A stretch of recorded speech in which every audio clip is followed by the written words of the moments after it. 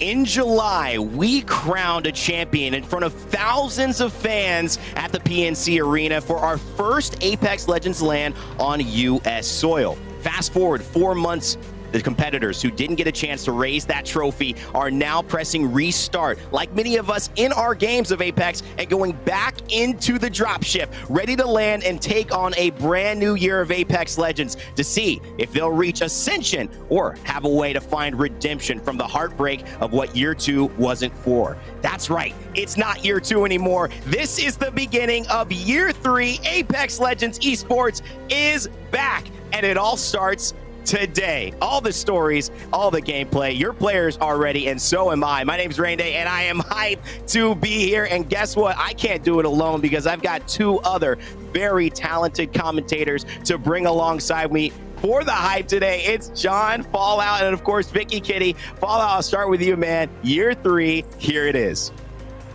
Year 3 and Apex Legends Esports is here. We are back, my friends. I am so excited. Obviously, meta has shifted quite a bit since ALGS Champs a few months ago. And of course, our teams have changed quite a bit as well. So many storylines, and I am so incredibly excited. Vicky, we're back, girl. How you feeling?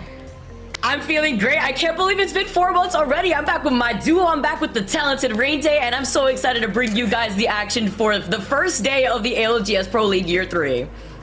Well, we know there's a lot to get into, and I don't want to waste any more time before we get into gameplay very shortly, but let's break it down for those who are new or maybe those who are old, coming back in for the format of how this is going to work. Think about it like this. Playoffs on the line at the end of this split, but today starts the fight towards that. On the 18th, we're going to have a match point championship based on how these teams qualify starting into getting into that lobby over the next qualifier days that we will experience throughout November and December. The winner of that match point in December, at the end of it, will actually move on alongside the other 9 teams behind them to our playoffs. The 10 teams who qualify behind that, those bottom 10 of the 20 that make it into that match point qualifier, they'll stay in Pro League. The teams who didn't, they're going to have to fight for a chance to qualify back in our Pro League qualifier. It may seem like a lot, but at the end of the day, if you do well, good things happen to you, not just on the placement standpoint, but the prizing as well. $20,000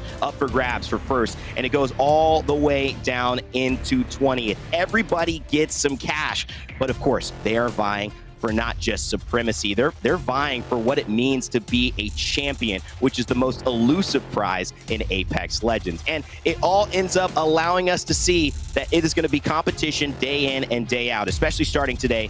I know all of the teams are pumped. And speaking of the teams that will be participating, I want to hear a word from you, John, Vicky. What stands out now that we have a chance to look at all of the teams here?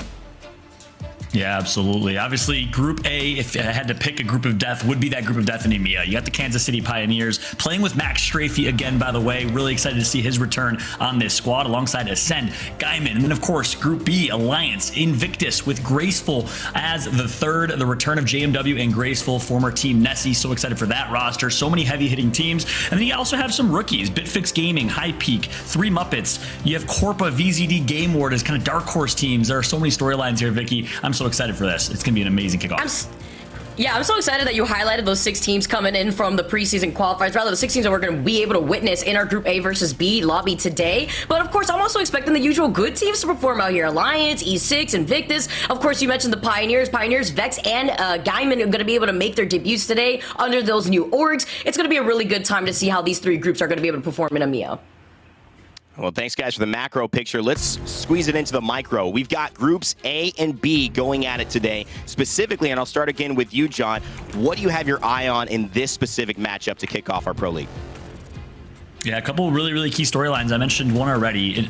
Pioneers playing with Max Strafey again. Excited to see what they can do. Shex is actually a substitute for this team, but we did receive word they will be playing with Dell and their full roster. So ignore what you see on screen there. But we also have them going up against Alliance, Element 6. Alliance playing with Mandy, Vice stepping aside for some time. Obviously, we always talked about Vice and how much impact he has as kind of the unsung hero of this team. We'll see how true that really is. His absence might be felt here, but Mandy obviously has big shoes to fill and certainly is the one that can fill them. Vicky, any key storylines or anything you're looking out for?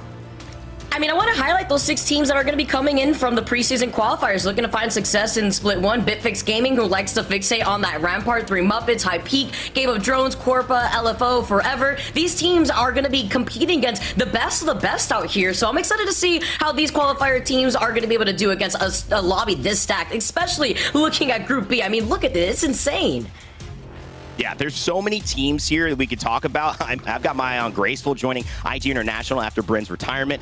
There's so many different dynamics here, but of course, we have to choose a few that we showcase and focus on to start this off. So I'll begin with you, John. Who is your team to watch today?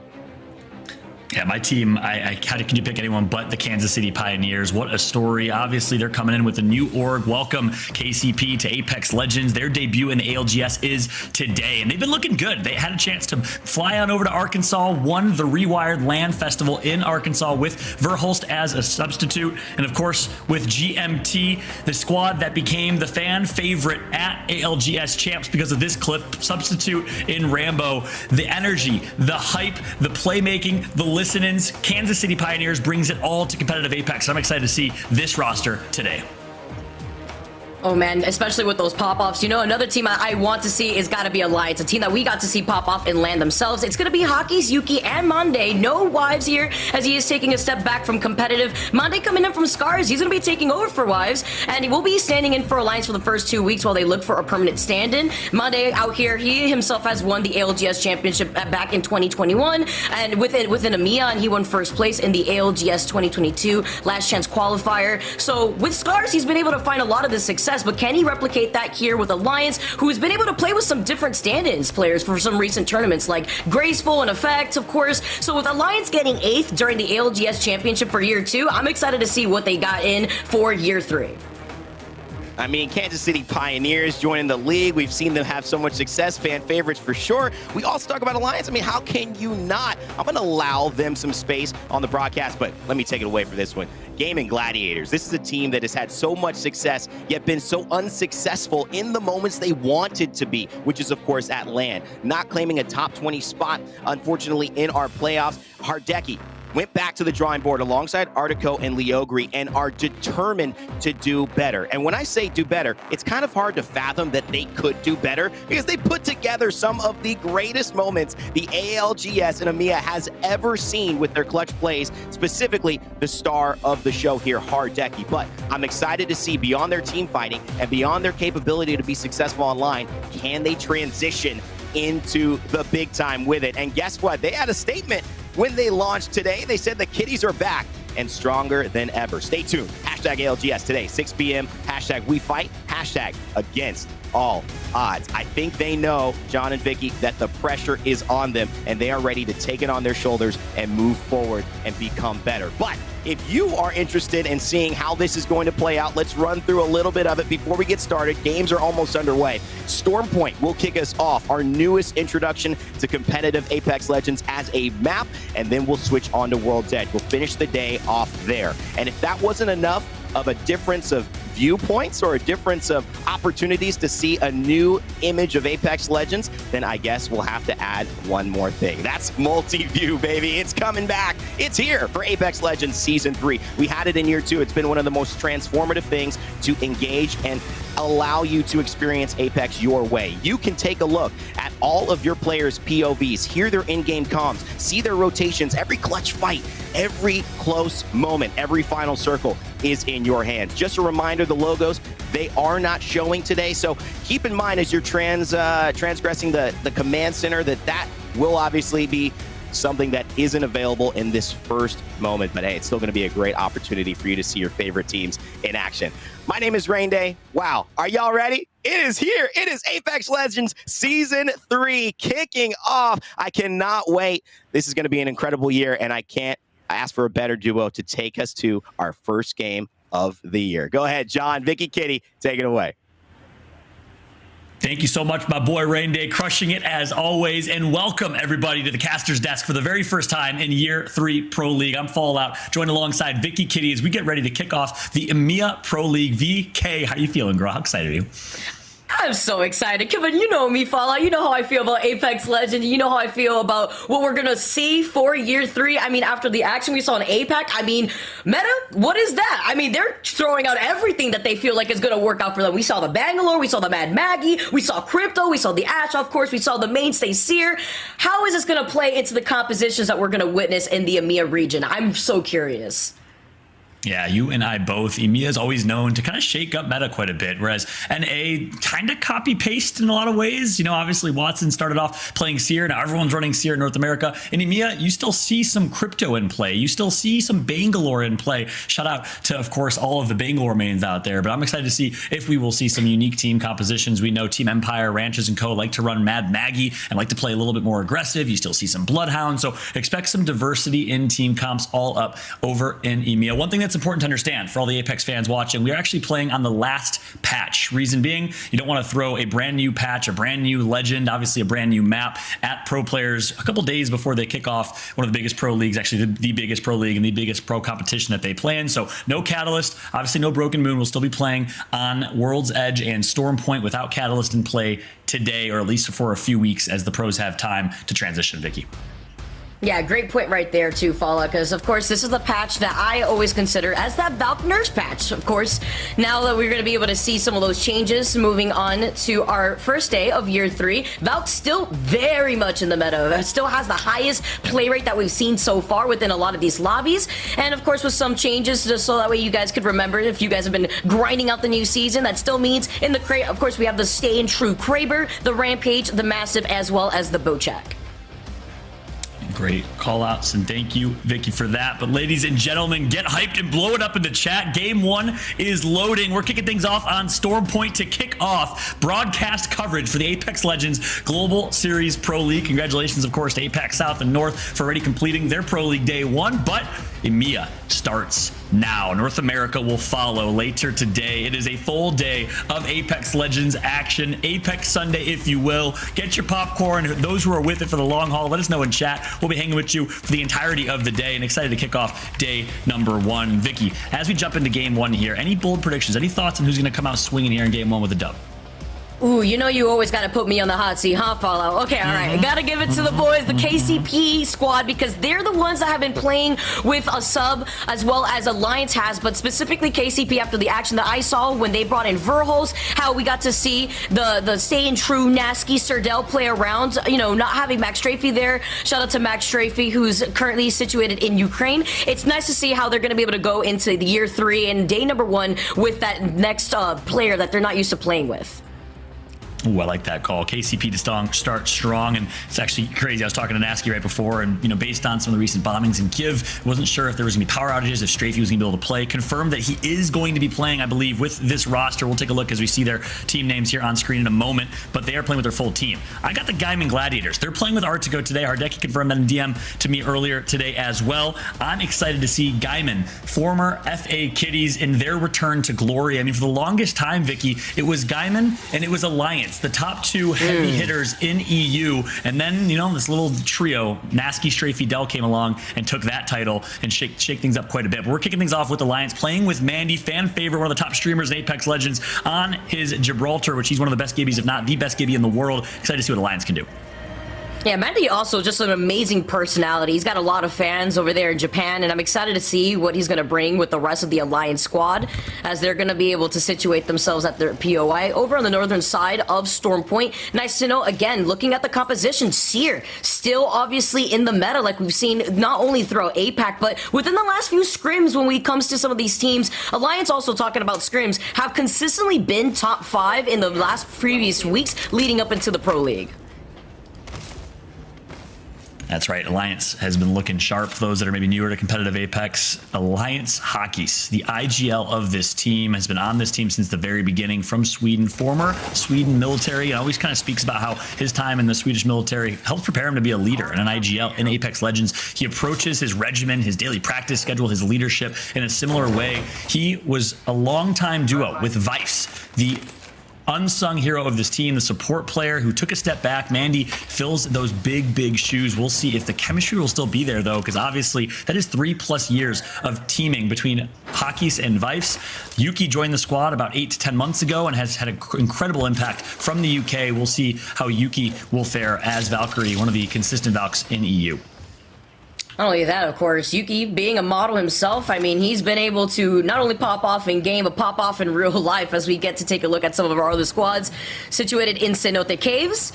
Now now kind of wondering where this circle is going to be pulling for our first game of the day. It's nice to see how some of these squads have the advantage coming in from the northern side of the map because, of course, on Storm Point, you have that disparity between high to low ground. The Valkyrie ult with the Skyward Dive is going to be able to cross much more space coming in from the north side of the map. And it does look like it is going to be pulling in that direction as Game of Drones is the squad that's going to be landing in Cenote Caves and looking fantastic already when we talk about the loot. I mean, look at this. The PK, you got the purple shotgun choke, you got the Digi threat as well. I believe the replicator does change in just a few minutes, which is also nice to note because it is Sunday, which means our weekly rotations would be changing too. Game of Drones, a name that you probably remember from Apex, but a new roster. Rondon, the only remaining member of this squad coming from Slovakia, playing with relative rookies in Jules and Torj. Torj from Norway, Jules from Germany, so a multinational team. Game of Drones is one of the teams that qualified through the open qualifiers, but certainly no strangers to Pro League. They've been here before. They've competed at a top level before, so I'm excited to see what they can do and if they can shake things up in this lobby. And the fact that they get all of Cenote Caves, which is probably the most slept on POI on Storm Point, in my opinion, is great. Look at the loot. Already purple shields and blue shields for Jules and Rondon, respectively. Yeah, although it's not going to be pulling in this direction, I also just absolutely love those end circles. They're so chaotic and when it comes to Cenote Caves because a lot of teams like to situate themselves inside these buildings early. LFO, forever. Another one of our squads that have made it through the qualifiers are already going to make their quick rotation. A nice call-out, actually, in predicting that the circle is going to be pulling towards Northpad, which also has that beacon, so information for days for this team. Because, of course, with Horizon sticking to the Valkyrie like we've seen Horizon before, it's going to be nice to see how Horizon is going to be able to play this since we probably already have a squad that uses a Northpad as their own POI. Yeah, great positioning with the Watson in play, and they'll be able to burrow themselves in this bunker, and they are basically going to pitch up a tent, as you see right here, Newcastle on display. So we got that big comp of Newcastle and Watson. We've seen a lot of teams do this, 100 Thieves kind of notably in North America, and it's a really good passive early rotate comp, but looks like we're going to have our first fight of the Pro League. It's going to be the Kansas City Pioneers live against High Peak, and off to a good start is Nasty with the car.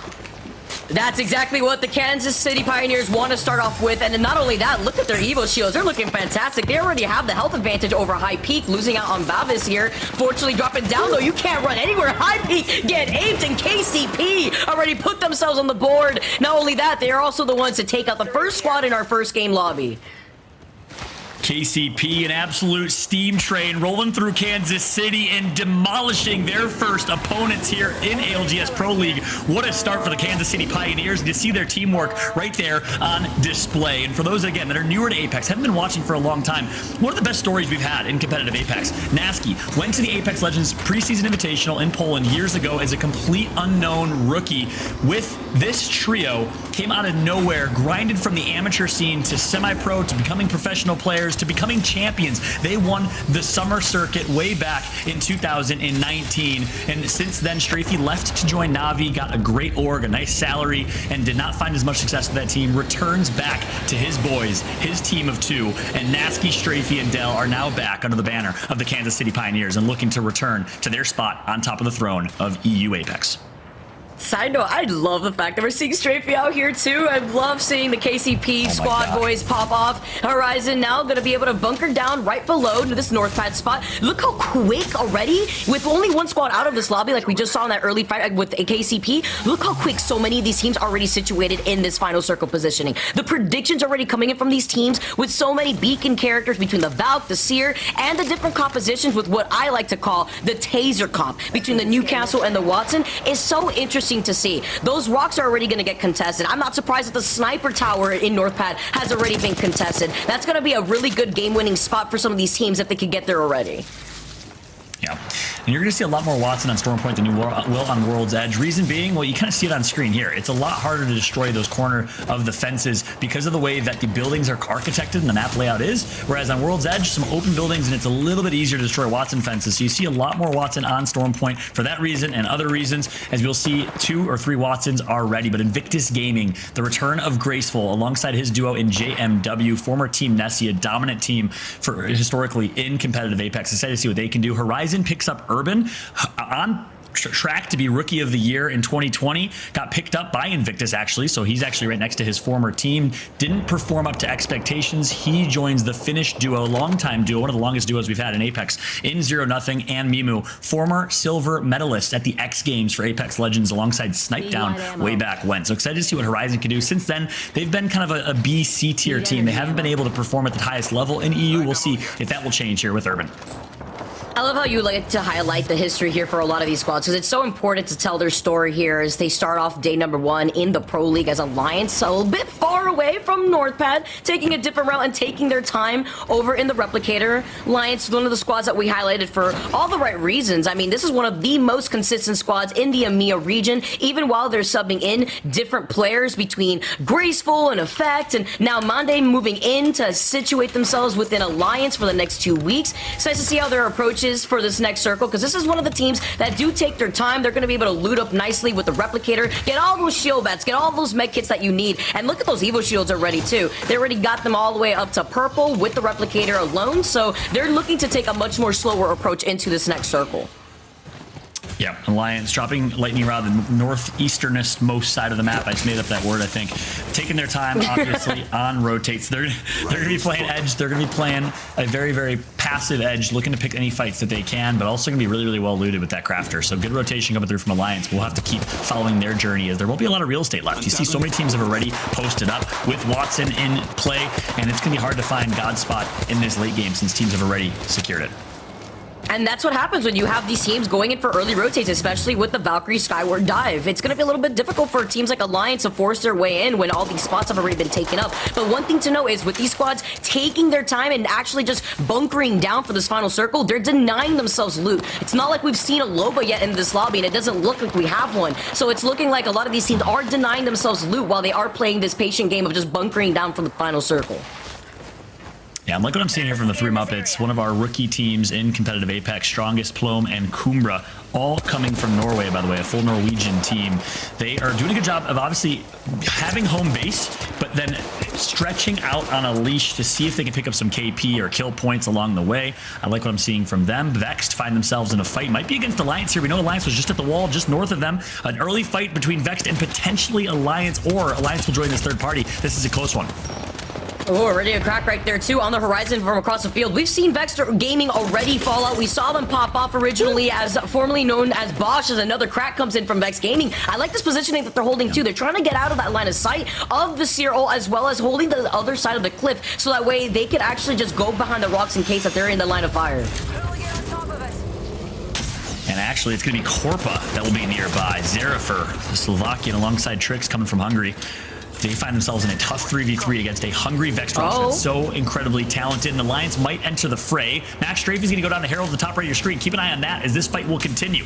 Tyler, FPS, controller player from the UK, alongside Unlucky and Matafe, a top team here in EU, recently signed by Vex, have Korpa on the ropes right now. Will they decide to full send, or will they play rotate? It looks like Tyler calls them off.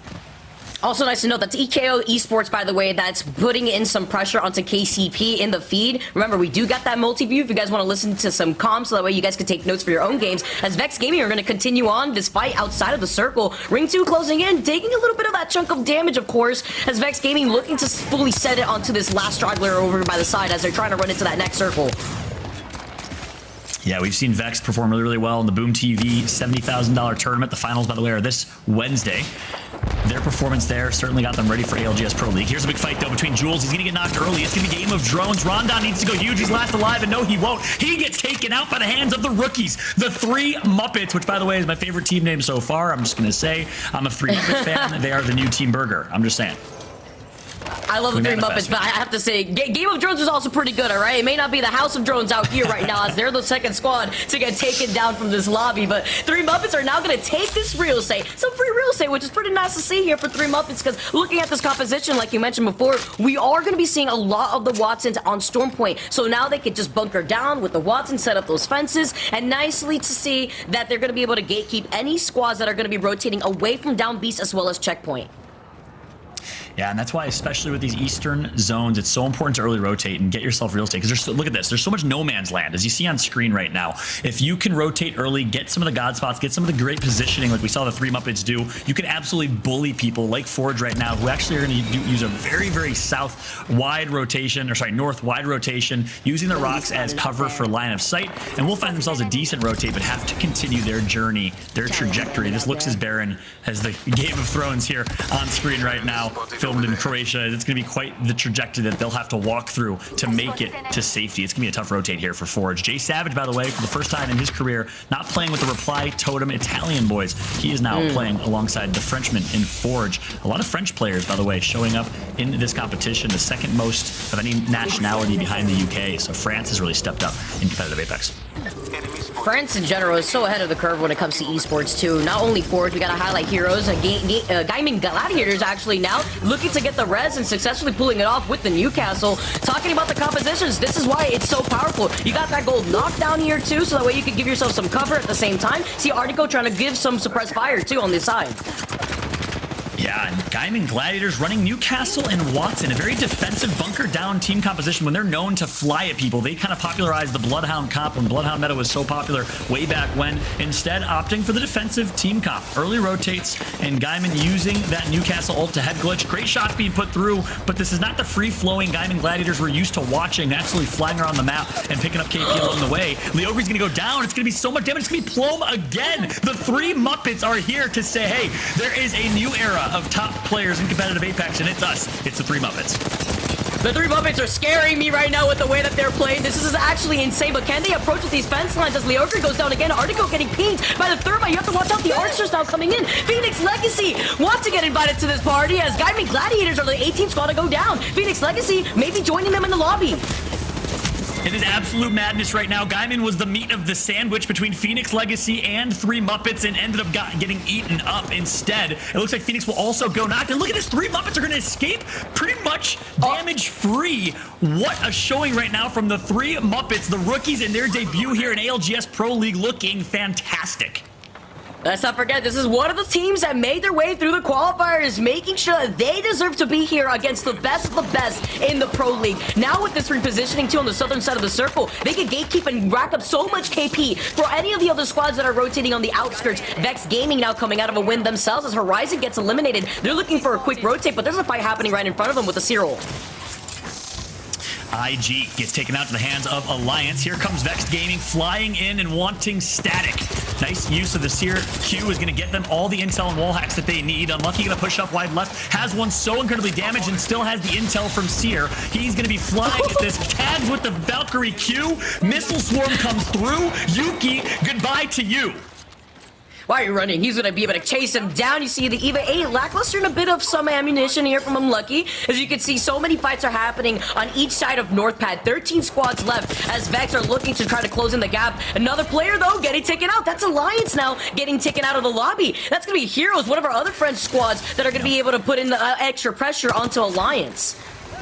That's right, Alliance eliminated at the hands of Vex and Heroes. Vex Gaming, wise decision earlier not to take that fight against Corpa in Storm. They rotated instead, and it's paying off for now. They got to finish their rotation, though. It's going to be tough to do. Oh my gosh, someone's right behind them with 1 HP. Can they find that last and final rat? Looks like they are going to try and pick up that one remaining player. Not sure which team it is. They should be able to clean that up. Should be able to get healed back to full, and they do have a Valkyrie ultimate to use if they so choose to do so. It'd be high risk, high reward, but look at this. Another team of 2 is going to fly through. Unlucky gets 140 damage to initiate break ice. Is not missing a shot right now, is Unlucky.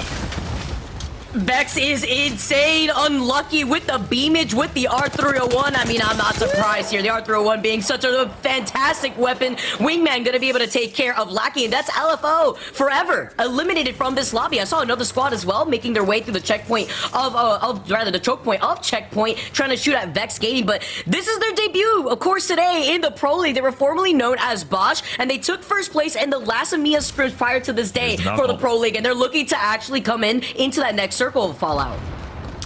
Yeah, they're going to be focused, though, by the Oh, entire no. lobby, pretty much. Unlucky's going to get knocked as their Valk, and that's going to be it. An unfortunate ending to their story here, most likely, is the three Muppets are going to be the ones that gatekeep them. They are taking out every top team in this lobby. It started with Gaiman, and then Vexed Gaming was the second team right behind them, as Na'Vi Rugby is lighting it up the kill feed as well. Vexed Gaming, you thought they were going to have a big game. They get shut down to the hands of the three Muppets. Oh, Vex Gaming didn't have the other two members to separate themselves from the Valkyrie, so they didn't get to the Apex in time to be able to split up from there. It's so unfortunate. GG try again, as three Muppets are going to be able to come out from this amazingly. They're playing off the low ground. This is not the situation that they want to be in right now, because they know that there's a squad that has a high ground right above them. You can see the crypto drone rotating around them to get some of that extra information, but they're going to have to get moving soon, because they have less than a minute now left on the clock to get into that next circle. Yeah, this is going to be probably the hardest challenge yet. They've had some pretty tough challenges to start. This is a really difficult rotate. Take a look at the top left of your screen. In my opinion, the best rotate, but again, I don't know where all the teams are kind of located on the map. Like, they might be aware, but it's going to be to their left side. That's going to be dead side of the circle, which means the storm will be closing in a lot slower than elsewhere. We'll see how they play that rotate and if they can do it with success, as we see Kralex and Draconian find themselves in a fight nearby against Fozj.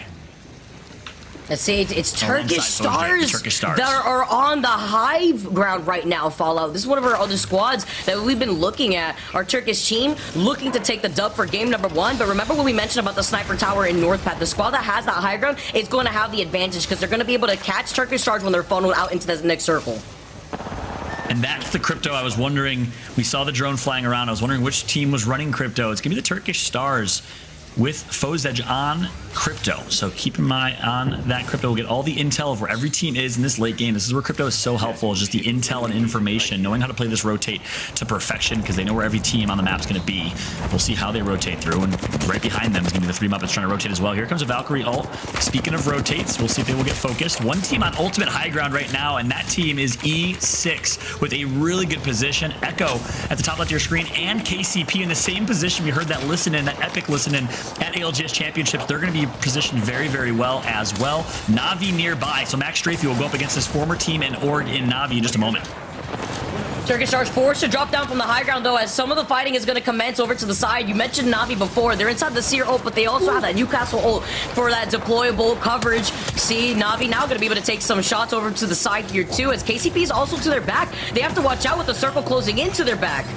Yeah. It's a tough rotation. They're going to have to go through the absolute crisscross applesauce of Watson fences right below them if they decide to take that rotate. Looks like they'll play to the left, but they have to be careful. We know that Turkish Stars are nearby. More Watson fences are going to be dropped here, but Rugby's going to get team fired and focused by KCP. It's going to be Nasky who gets the ultimate knock. Kron right after getting damaged down to 1 HP. He's out. All up to Sanya, the last alive for Na'Vi, and he is hanging on by an absolute thread. Gets taken out as well. The KCP team fire comes through, and they pick themselves up 2 or 3 KP.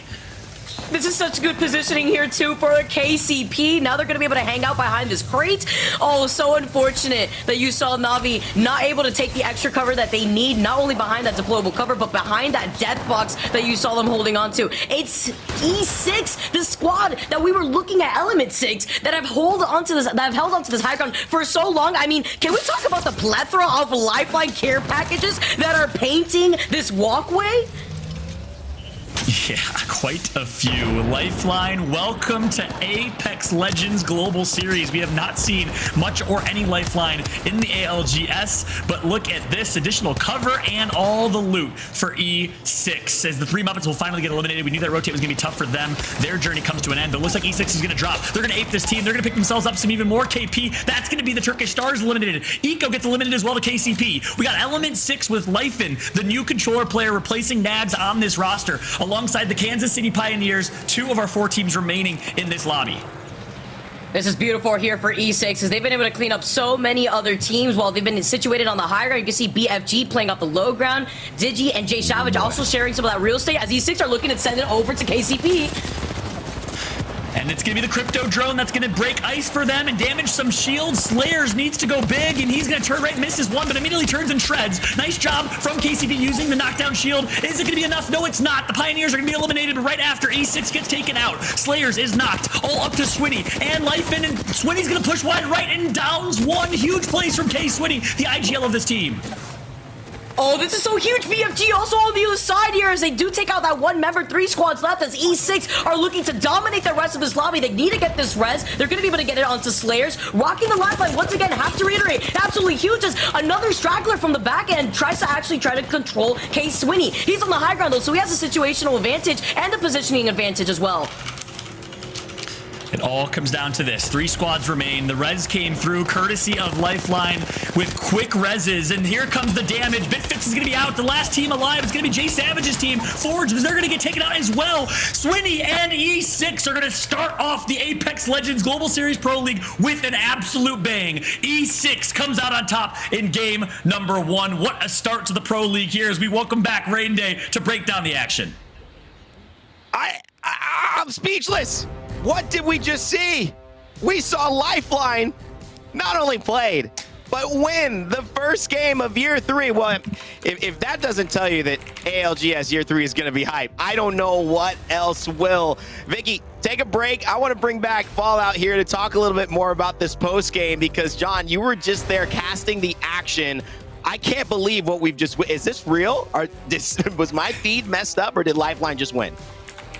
We saw a Lifeline dub, Ev. A Lifeline dub to kick off Pro League. The only team running Lifeline probably today. I don't think we're going to see an NA run Lifeline given where meta's at over there. So crazy start. Lifeline picks up the win. And we saw a little bit of everything there, Evan. There's so much to break down, but that was an excellent game, number 1. The best way I could have asked to kick off Pro League. Absolutely. I mean, I felt that, you know, there were so many interesting points you mentioned story-wise, and I think about the arc of these teams. And I think Nags, too, a player that we had a chance to interview over several lands and also had a big personality, replaced with Lifein. But that's like giving life back in to K Swinny and the rest of Element 6. And I just think that maybe this is a team that... I'm just going to get off this broadcast and let you do your thing, man. Listen, John. Too good. Listen, John.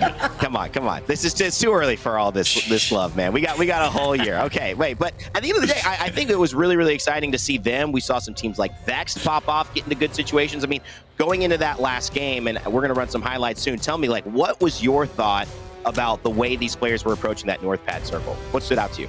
Yeah. I mean, you called it. The arc of the story of that game had so many curveballs that were thrown at you, right? You thought Vexed Gaming was on an absolute tear. They weren't missing shots, and you thought they had a safe rotate with their Valk ult, and they get beamed down, and there goes the end of their story and their trajectory. Gaiman Gladiators running a completely new team composition, very different than the traditional playstyle we're used to them absolutely frying with. So interesting as well. We'll take a look at the highlights here, but in particular, the fact that we saw so many early rotates, so much Watson at play, quite a few Newcastle team comps as well, but ultimately Seer on display, I think says it all here as we kick things off. Those are probably the 3 biggest stories for me that were so interesting, Evan. Oh, no doubt about it. I think here, looking at the arc of the game, it all started here. A lot of teams early rotating, and you saw that sometimes that worked out for Gaming Gladiators. Didn't quite work out for them holding one of the most, I think, entryway buildings of all of Checkpoint. Really where a lot of teams try to funnel in from that high ground, from Store Point, all the way into the open barren lands, as you called it. I love the Game of Thrones reference as well. Just finished the full season binge watch on my own. But yeah, I think this was really a story of a new composition taking the fold. We expected to see the Seer, the Horizon, and the Valkyrie. Did you expect to see this many Newcastle, Watson, and Valkyrie teams, or Newcastle, Watson, Seer teams that you saw, John?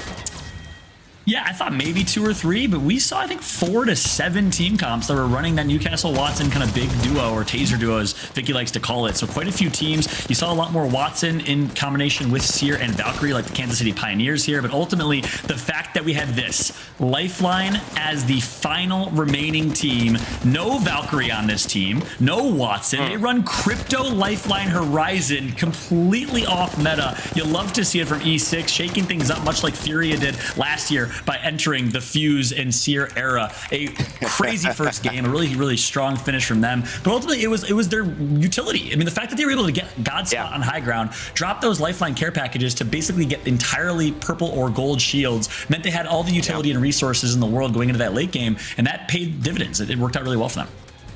it's the same way when you think about it. And if you're watching Apex Legends, this Seer meta, this Horizon meta, it wasn't based on a Seer or Horizon buff. It actually happened when Furia decided to just play these Legends and show how aggressive and successful they can be without the Gibraltar paired with the Valkyrie. And so these Legends didn't need any changes to have this level of efficacy. Now we see Lifeline having efficacy. No changes to her. Have people been sleeping on Lifeline? Probably not. I would say the majority of these teams know not the best fit, but still, you know, I think if this continues to work for Element 6, John, people are going to open their eyes to the potential of what this pick could be. I agree. And here's one thing in particular that is a big reason as to why we're seeing a bit more Lifeline. We saw Snipe Down and FaZe Clan actually start running it a little bit. Is if you have all on your Lifeline, if you give them 2 or 3 purple items, you are guaranteed a purple shield or a purple item in that care package. So just based on the logic behind how the care packages and supply drops work, you can basically guarantee yourself purple shields or purple or gold items in the care package if you just give that Lifeline all 2 or 3 of your purple items in the first place. So that's why you're seeing some teams run Lifeline that kind of figured out that algorithm or that logic, if you will, and it's making Lifeline a lot more efficient and a lot more useful in these competitive lobbies every day. Yeah, and I'm seeing too another pick that I want to highlight. Even though we saw kind of the heaven or hell, the offensive defense of the Newcastle Watson approach, we got the Seer Horizon approach. Add Valkyrie to both of those, see which one wins. But an immovable object versus an unstoppable force. At the end of the day, though, I think when we see Crypto and Lifeline, we talk about a different style of play. We are seeing a few Cryptos. K-Swinny and Element 6 have been using Cryptos before. I think they actually had a Crypto in this lineup, but I got to double check and make sure. It's a great pick for team fighting, and it's way more aggressive than you think. But the early rotation possibilities, the Lifeline care package setup, and gear up, as well as the Crypto information and the defensive utility there with the scouting, I feel like this is something that people are going to have to pay attention to, specifically that character as well. But we want to look at how it worked out for them. We know they won. John, let's take a look at the match results specifically, because they won big this time around. A 25 bomb. Wow. Oh my goodness. Insane game from E6. And you hit the nail on the head. You get the supplies and the resources from Lifeline, but she also has a kit that makes her good for fighting. You get a heal, basically a heal over time in the middle of that fight. You can instant res teammates and get back into the action. So there's so much utility for fighting, which is why it's a good balanced team comp for either, you know, early rotates and posting up for resources, or playing for fights and playing aggressive with the kills that we saw Element 6 put up here. A huge game from them, Evan. Yeah, it's going to be a great showcase. If this hasn't given you goosebumps, excitement at home watching, just checking out what Year 3 is promising us, this isn't even our current patch. Just a reminder, this is the patch beforehand. They're still going to be playing this until November 20th. And so this is going to give our pros a good amount of time to adjust, to find these metas. But I want to bring up a conversation that we had. A lot of the coaches after the championships in July, we saw 100 Thieves be the only team to play this Newcastle, Valkyrie, and Watson lineup. And they actually placed 5th, earning over $100,000. And one of the things that I love to see is that they said if they had 6 more weeks to train on that meta, they would have seen every team playing Watson, Valkyrie, and Newcastle. And I think that's a testament to where this character is, because remember, this patch is after Newcastle got a significant buff to his kit. So I'm super excited about what he's going to bring. Yeah, that's a really, really good point. And to your point, it's not necessarily just patches and buffs or nerfs that change the competitive Apex meta. It's one team being bold, one team deciding to shake things up. Like you said, Furia with the Horizon and Seer meta in North America. Is it going to be E6 with Lifeline and Co? Is it 100 Thieves that started using, you know, a lot more Watson and Newcastle? We have quite a bit of diversity right now, a lot of Crypto at play. We see VZD, not in today's stage, they're in Group C, but they've been running Rampart, G-Dolphin on Rampart, so you love to see the diversity of meta and team comps right now, and it really showed there in game number 1. All right, well, it's time to bring Vicky back in. Hopefully you had a little break. You allowed John and I to, go back and forth. Vicky, a quick word on that last game from you before we head into game 2. More like me, just in awe of all of the KP that E6 was able to clean up. Pioneers as well coming in with 8 kills. Vex Gaming with 9. I mean, a very high kill lobby for those top 5 squads that were also able to find themselves in that final circle. So I like the pacing that we have after that first game. I got to throw back to you too, John, before we get ready, as we're just setting up the lobby. KCP, that was your team to look out for. They had a strong showing, I think, positionally and team fight-wise in game 1. What are your thoughts on seeing them perform? Yeah, I love that question. I think it really just shows the trio Nasky, Strafey, and Dell back in full form. How dangerous they can be. The team firing, the team fighting on point. Some of the best chemistry of any trio in competitive Apex. One of the longest lasting teams. I loved what I saw from KCP. The thing is, though, they just got to finish. We need to see a top 2 finish from them if they want to really dominate the standings. Vicky, I want to also hit your team to watch because Alliance, notably to me, didn't seem like they took much action in game 1. They are a team that warms up, though. They definitely are a team that after 3 games starts to get going. They feel their rhythm. What do you think Alliance have to do to step it up a little faster here in game 2? I mean, we did see them with early rotates, and they were able to clean up some KP along the way. I believe it was 5 KP in total that they were able to clean up. They bunkered down very early with the compositions that you were noting, the double taser comp between the Newcastle and the Watson, with a lot of these other teams kind of bunkering down and even seeing the crypto in the lobby to try to counter that. They were sandwiched, unfortunately. Their positioning, maybe they rotated too early where they were going to get caught off by other squads rotating away from checkpoint. They were just, unfortunately, in a very tight spot that not even the Newcastle deployable cover was going to be able to help them out. So maybe Alliance, just kind of what you're saying, getting ramped up, getting too ahead of the curve, and wanting to get more KP along the way before they want to force themselves to get the placement points that they need, which is necessary to dominate the overall standings. It's a great point, Vicky. And these teams, I hope they're listening. They're probably not, though. They're probably talking team comms as well. They don't appreciate us on the broadcast, giving them the keys to victory here. But I want to give a shout out to something you mentioned as well, John, throughout all of the day. And I think big shout out to everyone who works on our qualifying broadcast. Every caster, every producer, every observer, everyone who puts that energy in, all of the players as well. That is the lifeblood of Apex Legends Esports. We appreciate you. And there's been a lot of stories and now a lot of teams that have come and have a chance here to be successful in the main stage. And you talked about one a lot. 3 Muppets. How was their performance? BSC strongest. You got Plum, you got Kumbra. They actually were, I think, one of the biggest storylines heading in because they took that fight against Gaiman Gladiators in that big building they were holding. They actually won. They were the ones to take out Vex. John, talk to me about 3 Muppets and their debut. Absolutely. That was one of the best stories of game 1 as well. I'm glad you threw it there because the reality is that's, you said, the lifeblood of Apex Legends, and the beauty of this ALGS format is any one of you watching right now can qualify through. It's an open qualifier, which means an amateur team can dominate Challenger Circuit, can qualify for Pro League and Split 2. That journey is there, and 3 Muppets is that team that's showing that success. I mean, they could, if they continue the performance from what we saw in game 1, if they can make it to a later game, they got caught on rotation. We knew it was going to be a difficult rotation for them, but they could be a top 5 team leaving this stacked Group A versus Group B lobby. So I'm excited for teams like 3 Muppets, teams like Game of Drones, High Peak, Bitfix Gaming in their debut. A lot of Scandinavian teams, by the way, showing up really, really strong from the Challenger Circuit and from qualifiers. And 3 Muppets really held that banner really, really well, waved it really, really well in game number 1. All right, let's move along to our standings so you can see where it all has settled down after the dust. It's Element 6 up on top, taking a big 25-point lead. That is how you want it. And of course, Pioneers with a lot of kills helping it out. But Vicky, walk me through something that stands out here for you. Just here where we have the final standings for game 1.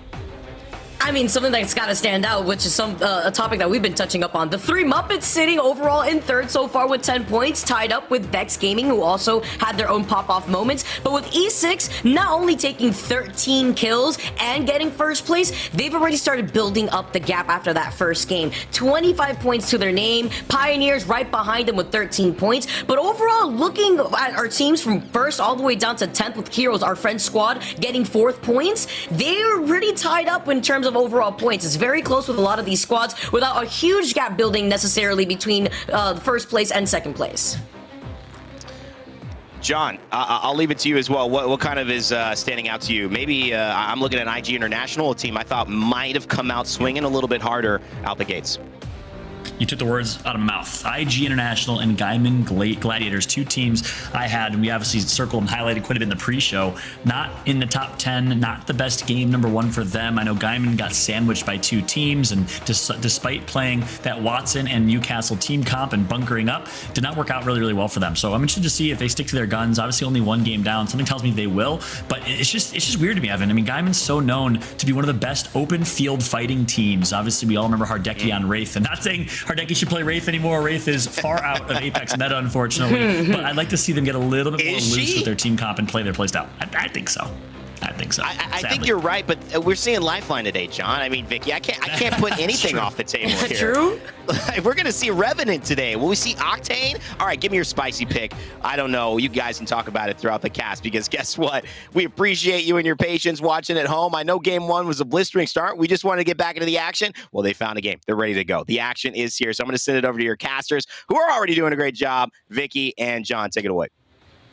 Thank you so much, Rain Day. Game number 2 is here on Storm Point. Keep in mind, just a reminder for those at home, 3 games on Storm Point followed by 3 games on World's Edge, and they're playing on the previous patch. So no Catalyst, obviously no Broken Moon. The R99 has not received that buff yet. The Volt hasn't gotten nerfed, so you're not going to see a whole lot of R99 in use today. You'll see a lot of Volt action. G7 Scout with double tap trigger is not a gold item, so you'll see a lot of that going on. So keep in mind, previous patch, but game number 2 is here. Rain Day asked for it. We got to follow through. Vicky, any spicy picks going into game 2? You know, I always got to put you on the spot. I'm expecting our qualifying teams to actually make huge waves after the performance that we just saw right now with 3 Muppets. Of course, I'm excited to see what more they have to bring for us because it was a North Pad circle. We had one of those northern circles where a lot of these teams don't have so much of a trouble when it comes to these rotations unless you're one of the squads that are rotating from like Shipfall, Gale Station, Antenna, then you have a bit of a way to go. So I'm expecting, you know, our qualifying teams like the 3 Muppets to continuously pop off.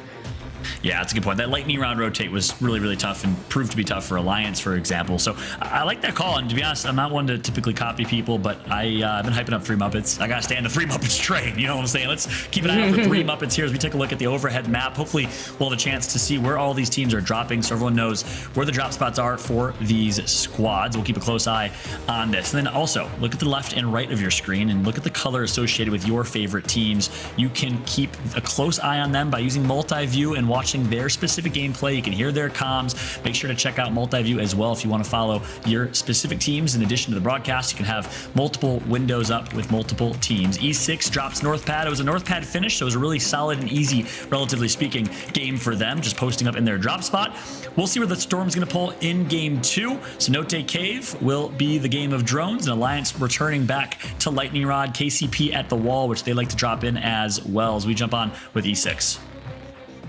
Yeah, that was super important to note too, because with E6 landing in North Pad, that really does highlight why they are able to get away with not just playing the lifeline, but with the positioning that they were holding since the very beginning of the game. They're able to have some makeshift cover with those lifeline care packages, as we're just going to get settled in real quick. You see Lifeline on the Trident before rejoining the rest of the squad here, and IG International looking like they're already cleaning up some spiders. I mean, I got arachnophobia. I know Halloween just passed here, John, but IG International being one of those squads that deny themselves some loot for some of those quick rotations as well. So JMW is going to be on the high ground real quick with the rest of the squad, with Graceful taking a split when it comes to the drop, and he's already got gold Evo. Yeah, that's right. This is like, we kind of call it, this is going to be a drop spot right near Cascade Falls, where Team Liquid likes to drop in North America, and they are going to actually find themselves a wide drop. Because no teams are dropping here, it's going to be Graceful looting all of the waterfall while the rest of the IG boys take Cascade Falls. So that's going to be a lot of loot for them, plus they can craft and level up their Evo shields, so all of them will be leaving with that gold and blue shields. A really solid loot start for Invictus Gaming after a poor start in game number 1. We'll see if IG with Graceful can make some noise. And I want to quickly talk about Invictus Gaming as well. That's probably the most notable roster change in my eyes in terms of plus benefit for a team. Obviously, they don't have a lot of time or practice together yet with Graceful, but once they do, they're going to be dangerous. And reason being, Vicky, Noises was the sole IGL with Bryn and Co on that team for the longest time. I think the fact that Graceful's on that team now, he can be more of the micro IGL, while Noises is the macro IGL. We saw that with Cloud9 when Graceful substituted for Zach Mazer at the Split 2 playoffs on LAN in Sweden.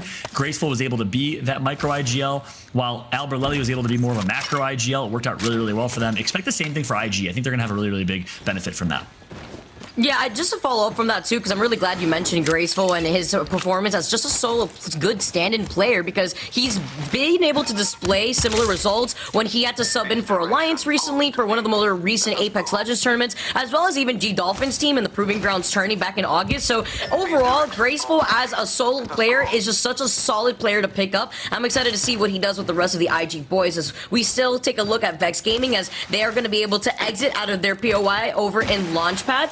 looks like they don't have too much to traverse in terms when it comes to the open ground here, as Bavis is also going to get shot at. It's actually a squad that's contesting HP from the high ground. So Bavis actually backing up a bit as BitFix Gaming are looking to actually put in some of the extra pressure. And I know I mentioned that they've used Rampart in the past during the quals, but BitFix Gaming now using something that's a lot more consistent with the rest of the compositions and the teams that we've been able to witness between the Newcastle and the Watson. That's right. BitFix Gaming, another rookie squad alongside the three Muppets making their showing in ALGS. Lil Max playing from Iraq, one of two Iraqian players, alongside VJ playing on VZD over in Group C. We're not going to see them on display today, but really exciting to see a lot of Middle Eastern players in the Pro League here, because EMEA, not just EU, we talk about EU most often because 97% of the players are from Europe, but EMEA stands for Europe, Middle East, and Africa. Fun fact, for those that didn't know, when we say EMEA, what the heck do we mean?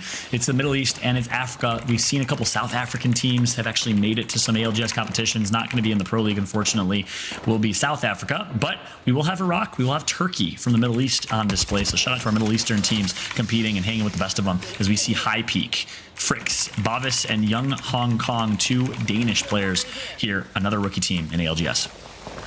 One of the squads that are also rocking the Watson. No Newcastle this time around, still using the Seer. They want to try to make sure that they could take prioritization over information from what the Seer passive could provide, as well as just knowing where a lot of these squads want to rotate from, as we could take a look at where the circle is going to be pulling a much more middle-ish circle, but I do expect the circle to continuously be pulling more towards the south, which a lot of these other teams are also predicting. As you can see, the real estate and barometer is looking very limited. Yeah, I want to point one thing out. Look at KCP. Already has rotated all the way from the wall to center circle. That is one of the fastest rotates. Wow. That is the KCP of old that we're used to watching, dropping Fragment East and being the fastest to rotate, which is what the recipe for success was when they were a championship winning team back in 2020. Excited to see this KCP team return to what's worked well for them in the past. And look at this, every team already kind of clumping towards the south side of this center circle. Vicky, you called it. You said the zone's going to continue to pull south. I agree, and the teams do as well. I mean, you see 12 to 15 teams already in the south side of the circle. Yeah, although you see a lot of these teams already taking up Barometer as just a situated spot that they want to hang out in, it's because they can rotate away from Barometer north towards that middle area. As we see a Skyward Dive from High Peak, they're going to be taking the Valkyrie all away from Barometer, it looks like, maybe trying to traverse around the big rock so that way they can have a northern side approach from Barometer instead of being funneled outside of those two choke points that lead from the left side of Barometer as well as the right side towards Jurassic Park. So Pioneers, with a squad that you keep highlighting because this is an insane team, of course, to look at. KCP is already making their way into this real estate that's on the outskirts of Barometer. They are a little late to the party where we just saw Skyward Dive right in front of them. So lucky for that squad, they don't have to run into KCP. Yeah, how fortuitous that they rotated immediately as after the Skyward Dive came through. Really, really solid rotate for Pioneers and fairly well timed. Otherwise, they would have found themselves in a fight against HP here. But I like the rotate from HP. Very, very a heads up play from them. A lot of these teams are familiar with these zones. That's kind of what's going to be different about the Pro League this season versus last season. Storm Point was brand new, and people didn't know the zones yet. They didn't have them memorized to the back, on the back of their palm like they do on World's Edge. So you saw, things like Optic in North America always getting Godspot because other teams didn't know where Godspot was going to be necessarily. Well, that's changed now. Teams are really familiar with Storm Point with these end zones and where they're going to go. They have the experience in scrim lobbies and tournaments. So that's why you see at High Peak with the early rotate, you see KCP rotating early because every team is predicting this to be a southern pull here. I'm really glad that you highlight that because it's not like we had that opportunity with Stormpoint at the very beginning of the year 2 of Pro League. So that's something to take note of as we start off year 3 with High Peak taking the real estate underneath this bridge on the outskirts of Barometer. This is actually one of the final circles that we've seen before when it comes to the circles pulling on the outskirts of Barometer because I'm not expecting it to continuously pull directly over Barometer. I am expecting it to go north. And High Peak having this train, they're using it as makeshift cover, but in case they need to boot themselves out of here because they're in some trouble, this is also a nice way for them to try to back up in case that they need to, and if they are sandwiched, because again, we do know that KCP is to their south, and there is that squad that's already taking control over that dome-shaped building. My man's parking that thing like it's a Rari, in Milan or something. It's some great parking and use of makeshift cover there for the Trident. Well parked, well positioned. That thing's not going to get scratched up. It's not going to get touched, as we'll see. I say that, but obviously they're going to get blown up here in a moment. We're going to watch Phoenix Legacy, the Cenote Cave rotate for them. We know that Game of Drones drops here, so I'm trying to look at the map here. I don't know if I see Game of Drones on screen with kind of the small text, but they must have rotated nearby as well. 20 squads still remaining, so every team is still in this lobby, and it is going to be a southwest pole, but fairly central southwest, as you see on screen. As every single team except for Alliance is inside that circle. I don't know if that was a Kraber stray shot hitting the rocks right north of Sabs there, but I jumped a little bit because hearing that noise brings back PTSD sometimes. But with some of these teams taking their time, rotating into this next circle, such as Alliance, it really does highlight how teams like Alliance are truly taking their time into rotating into these next circles as Sab falls incredibly low, needing now to reset. Sabs is going to need Hoodie and Imp to actually give some suppressed fire. Yeah, Sabs and Co. under some duress right now, but a team you absolutely have to highlight. Sabs of Phoenix Legacy, the only woman competing in the Pro League in this lobby today.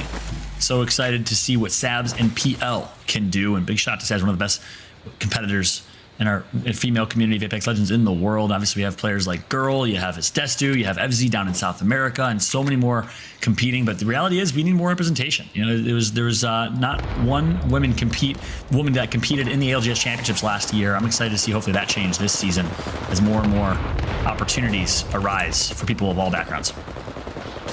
It's beautiful. As we can see, Heroes, our Frenchman squad, in a lot of trouble. This is what happens when you go in for some of these early rotates, as the circle is going to be pulling away from this bridge. Heroes going to be able to fully send it in now underneath the bridge themselves, even playing as a two-man at the moment. Ruben now looking to claim heads. Vex Gaming was the squad that was meeting them on the other side of this bridge here, as they're the first squad to get taken out of this lobby. The French duo in ASCII and Robin, longtime teammates with Wrath now on this team, take out Vexed. What a elimination against a powerhouse team in Vex that looks so good in game number one. The French are here to play. Nice job from ASCII and Robin. Now they're gonna have a tough rotate. They have a couple teams trying to gatekeep them nearby.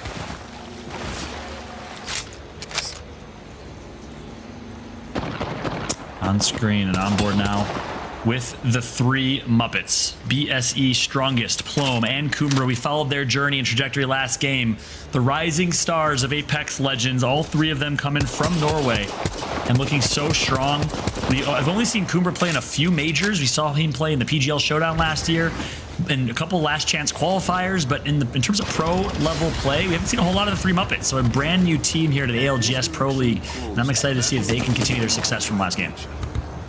See, with three Muppets having this high ground, though, they're in a really good position. Alliance rotating from the outskirts of the circle, though. Remember, we talked about them taking their time to get into these next circles, but this is what kind of spelled their doom in game number one. They do find some real estate with this open building, surprisingly, but there's so many teams wrapped around Barometer Sniper Tower, like three Muppets, kind of overlooking where they're situated in, that I'm worried for their funneled out rotation once this next circle closes.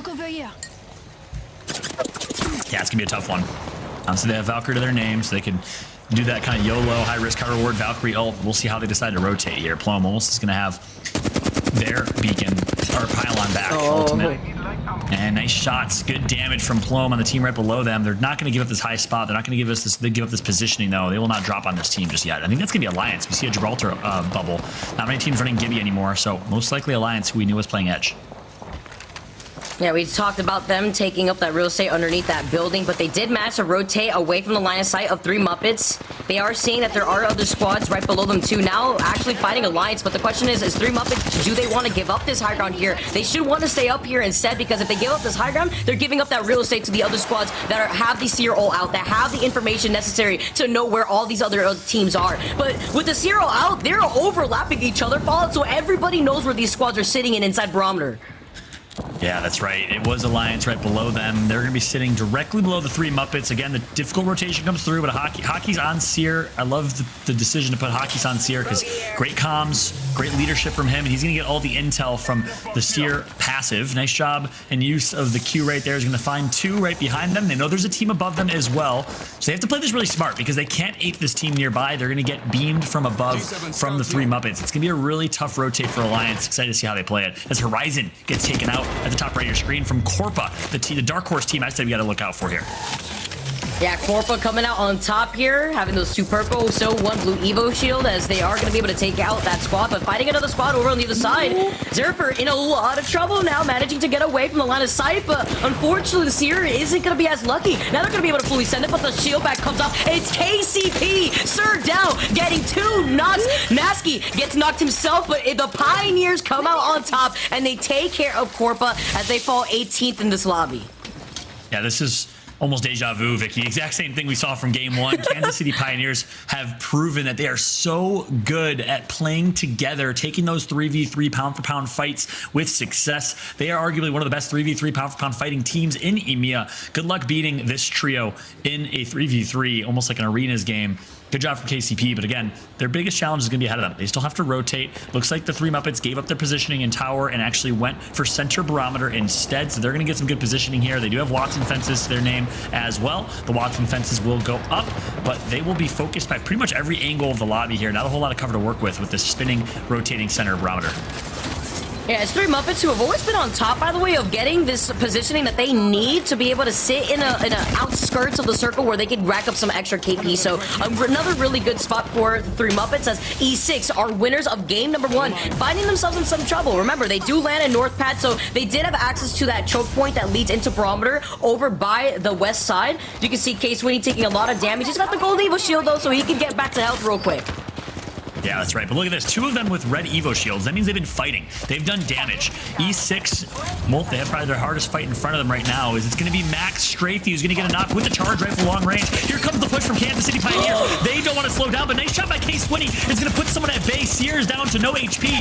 K-Swinny needs to go back. He's going to get knocked. The revive came through. Leifin and Slayers is a team of 2, a big 2v2 fight against the Kansas City Pioneers. And it's going to be Leifin that gets knocked as well. KCP in a 1v1 gets eliminated. E6 is not losing right now. Leifin, although the rest of E6 are down minus Slayers, it was Leifin that had the gold knockdown shield, so that res on Slayers was huge because you were able to see that Slayers was able to come back up with some extra health before the third party came in. It's gonna be HP that's over on the other side right here that wanted to actually contest him. High Peak just a little late for this fight, but they're gonna be able to back away with some extra loot, stealing that loot away from the squad. High Peak gets all of the spoils of war here. Let's put them in a good spot. Slayers goes down to Horizon. So E6, despite quite a few kills and a lot of aggression early and a great game number 1, they get taken out. So KCP out, Vexed out, E6 out. Those are your 3 of your top 5 teams from the leaderboard after game 1. This is going to be shaken up quite a bit. High Peak, we mentioned, Young Hong Kong and Fricks from Denmark. Bovis, the only Latvian player playing in this lobby. Excited to see what this brand new roster and lineup can do. And they are going to have to make themselves pretty slim here and small on this rotation. They don't want to make a lot of noise because they will get focused, but looks like one team's gatekeeping them already. I see High Peak now going right back to the real estate that they found themselves comfy in, bunkering down with the trident to their backs, the Watson all out and about to negate any sort of grenades hurtled towards them. Look at this loot too, like we talked about from High Peak. The Volt with the gold extended mag that they were able to snatch away from those death boxes from E6, and some extra cover tier 2, but they're not in this next circle. They still have to inch their way into this next circle that's going to be closing in their backs in 30 seconds. As you can see, a skyward dive hurtling right above their heads too. Alliance gonna get taken out here. It's gonna be actually the bow check bow of, I think it was Kashera of Ascend that got the initial knock, and then Alliance got taken out right after. So here comes the rotate from Valk.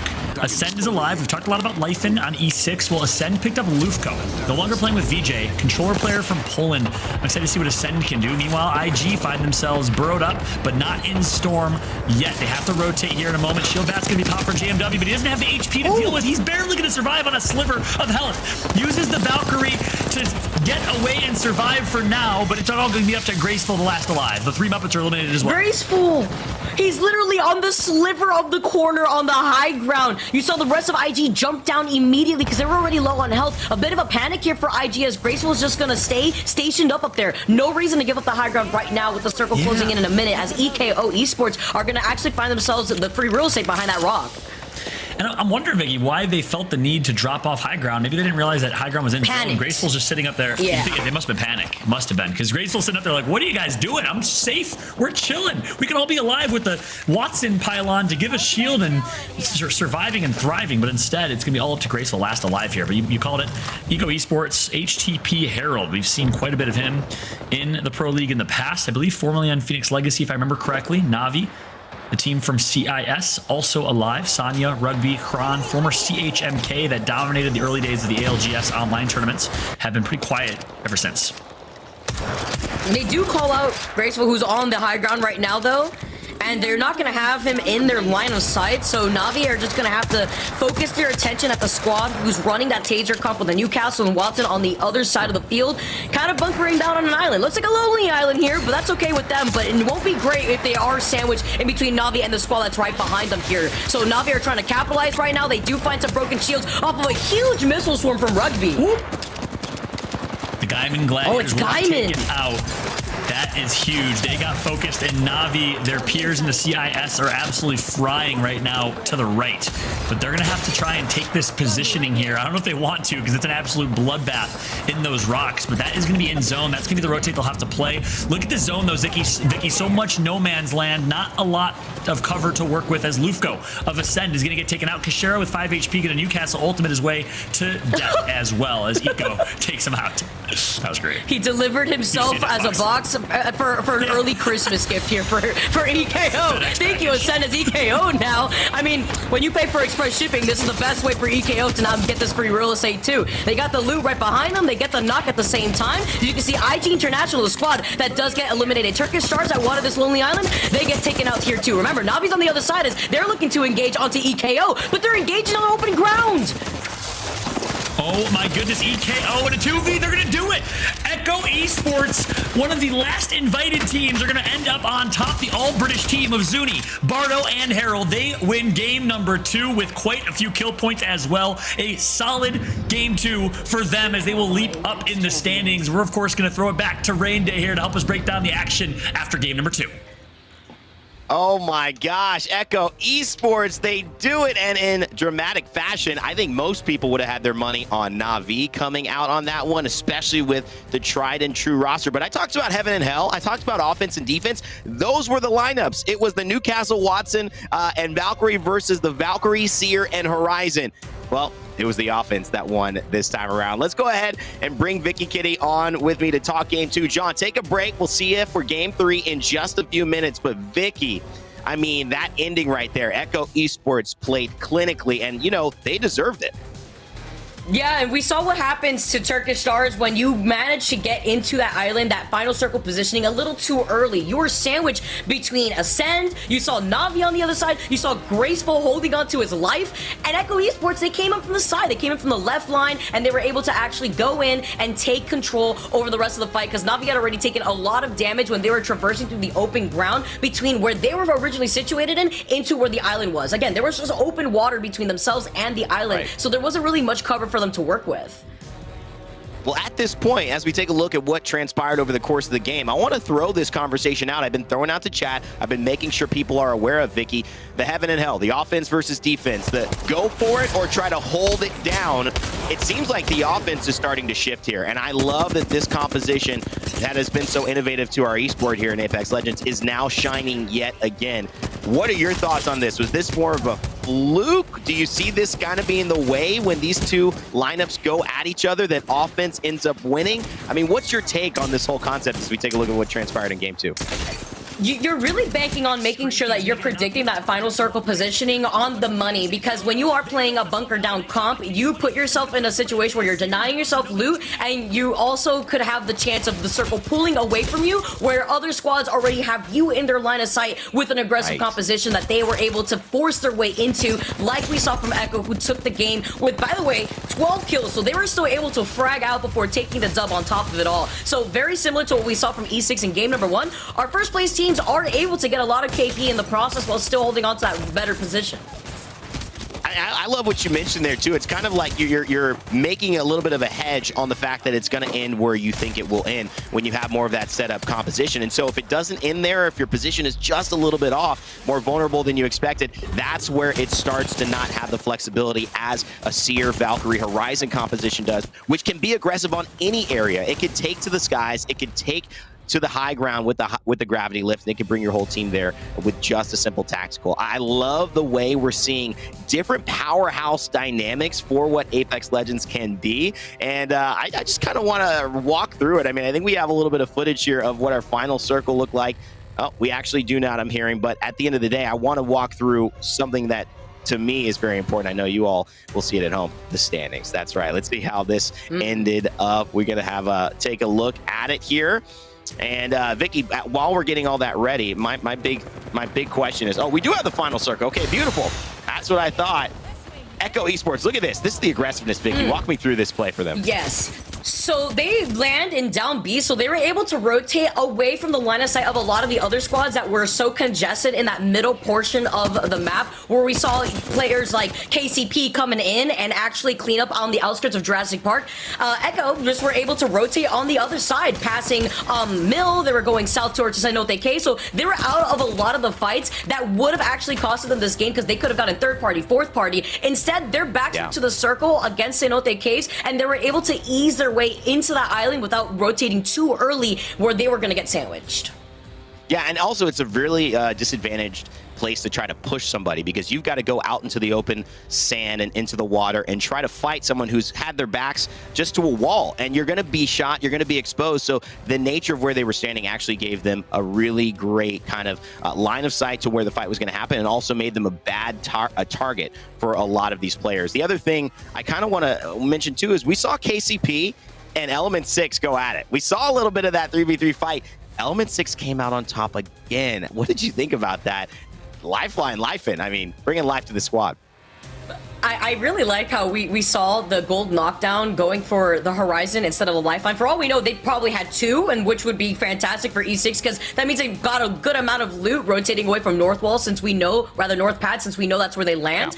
Yeah. But E6 is a solid squad. I mean, we keep talking about KCP because, of course, looking at the history of this team, they've been playing together for so long. They're a great pop-off team to also listen to when we do our listens. But E6 is equally right up there when it comes to consistency in EMEA. So with them coming out on top of that fight, wasn't worth it, because then they got third partied right afterwards. So that's kind of the drawback. Although they took care of KCP, I mean, they met KCP in the lobby right afterwards.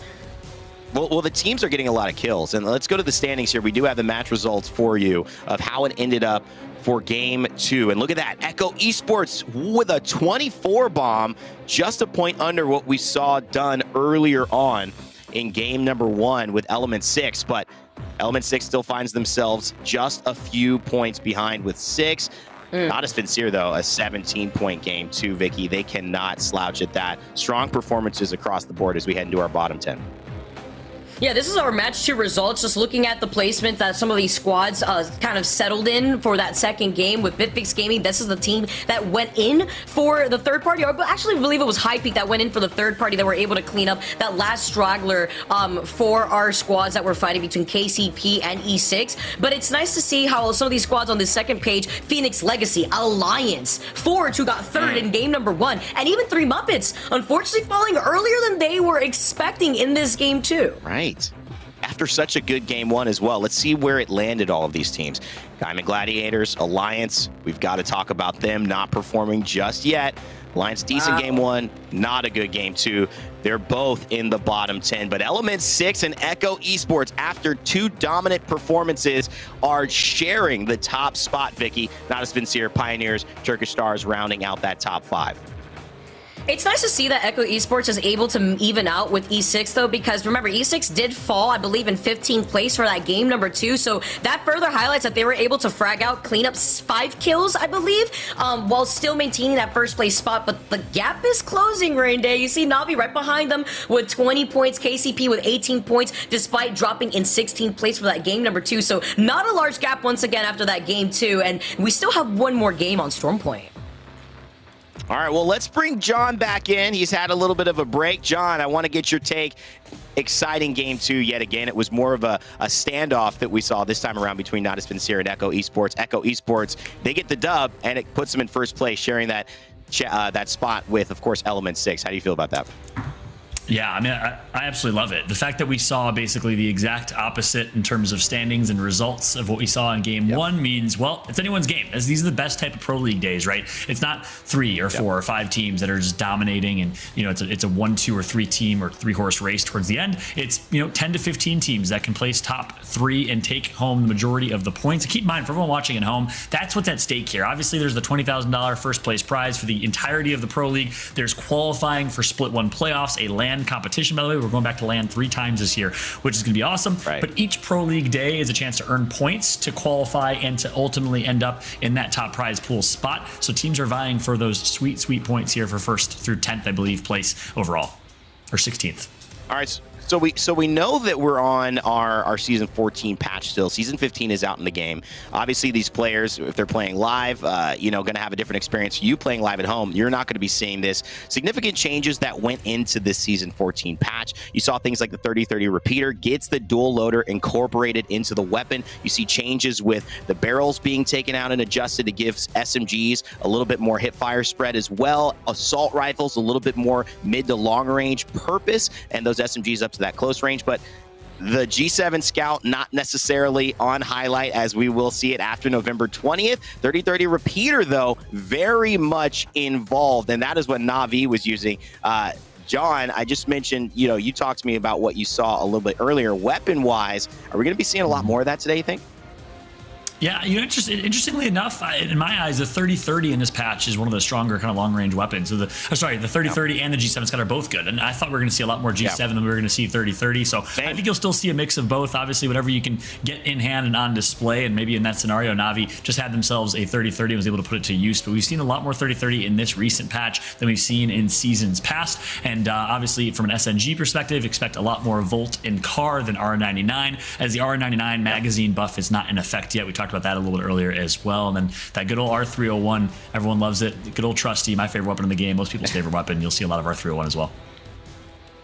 Vicky, your thoughts on that weapon meta right now that we're seeing? What could people expect at home? Hey, my favorite weapon, the GG7, as I like to call it, because it is absolutely destroying when it comes to those open ground fights. But something that I also love to pinpoint, the charge rifle being as dominating as it is, especially on maps like Stormpoint. I mean, what do you have to lose when you see a bunch of these Valkyries sitting ducks using the Skyward Dive to get into position here? We see the charge rifle really come in, and we also saw that the charge rifle was in the hands of KCP before they made their engagement that actually caused their doom in the end of that game too. All right, well, we're just getting the server set up. We're going to take a very quick break. Do not go anywhere. Maybe get a little bit of water, get back and settled. In a few minutes, we will be starting Game 3, our final game on Stormpoint, in our first day of Year 3 of the ALGS. We'll be right back.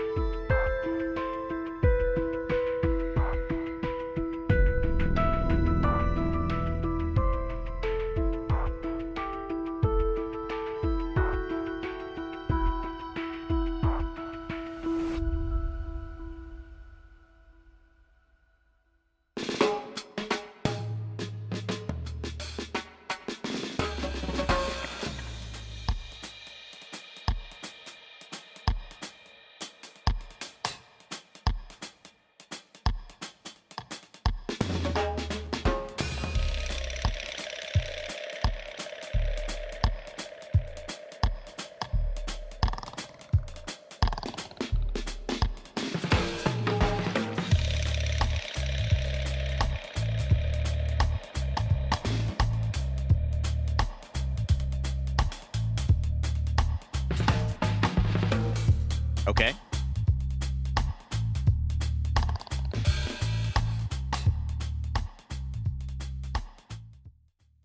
Welcome back to year 3 of the ALGS, and we are in a really nice numerology comparison there because we're on game 3 of Storm Point, year 3, our start of the season, and it has been fantastic so far. We've seen Lifeline wins. We have seen 2 teams, both with the letter E, Element 6 and Echo Esports, take game 1 and 2. My name's Evan. I don't know if that's a good sign or not, but I'm excited about it. Good things for E. Will we continue to see it? I'm not quite sure, but we've got our casters very, very ready to go. Let's bring them back in. John and Vicky, blistering start. Quick thoughts heading into game 3. John, predictions on kind of what you're seeing in the way this lobby is shaking up.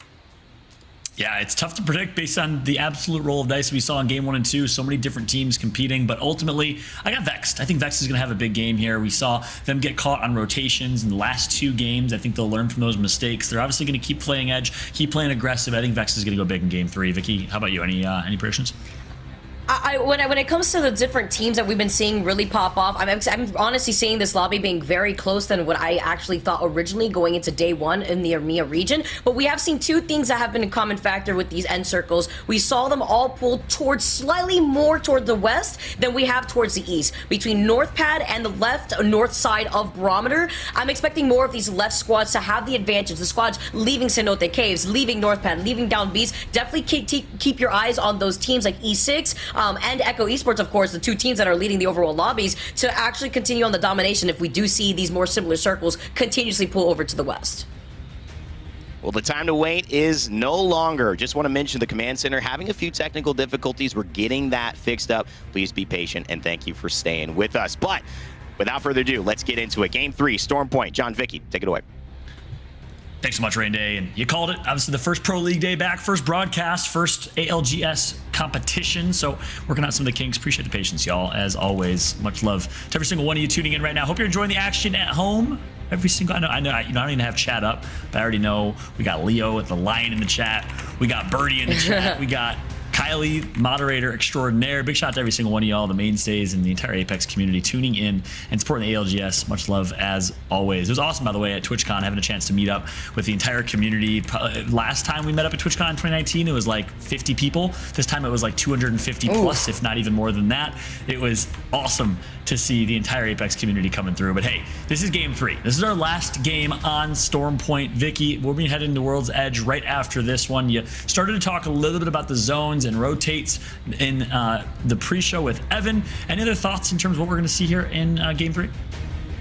I'm expecting our preseason qualifier teams to continuously pop off because that's what they have really been doing. Not only did we talk about 3 Muppets before, but we're even seeing consistency for our lower end squads that were invited, like Turkish Stars, that have consistently been in the top 10. We've been seeing a lot of these teams really pop off. Corpa even at one point coming in for a great timing on the third party. Turkish Stars have been able to not only stay consistent, but the likes of Navi have been able to do the same thing, getting second place in game number 2. But let's get started here. Let's not waste any more time. Game number 3 here on Storm Point, the last game that we're going to have on Storm Point before we move on to World's Edge. I'm wondering here, John, are we going to see the consistency of team compositions between the Watson and Newcastle like we have been seeing before we move on to World's Edge, or are we going to see the same thing happen on World's Edge?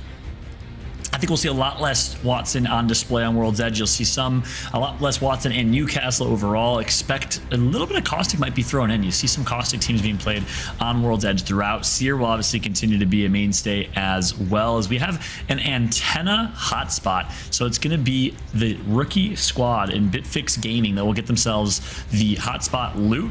And meanwhile, let's take a look at the map here. So now we get a nice overall view of all of the teams, where everyone's landing here, and where the zone or ring is going to pull. And it's going to be yet another center zone here. So keep an eye on Antenna. Strong chance that Antenna is the late game end zone, and BFG will be the best positioned. Ascend dropping right in Jurassic Park, just northwest of that. This is a great zone for them as well. I think they were playing Newcastle, Vicky. So with Newcastle, if they can get themselves some of the Antenna real estate, they'll be in a really, really good spot. I think Ascend and BFG stock way up based on where this zone is. Any other thoughts on what we're going to see in terms of rotates in this initial? I just really like this circle because it could be a free for all here, because we could see it pull more towards the east side fight towards Antenna, like you were mentioning before, would be even more chaotic if it could be by that choke point between Fish Farms into Shipfall, that Gale Station spot that we've seen before. I do think it's going to pull a little bit more north from there, though. But my eyes are on that beacon that's north of Barometer, and we're south of Ascend, where you could get the information of not only where this next circle is going to be pulling, but where you want to situate yourself in. And for Ascend, they're in the perfect spot because they could take the 50-50 how they want when it comes to the rotation.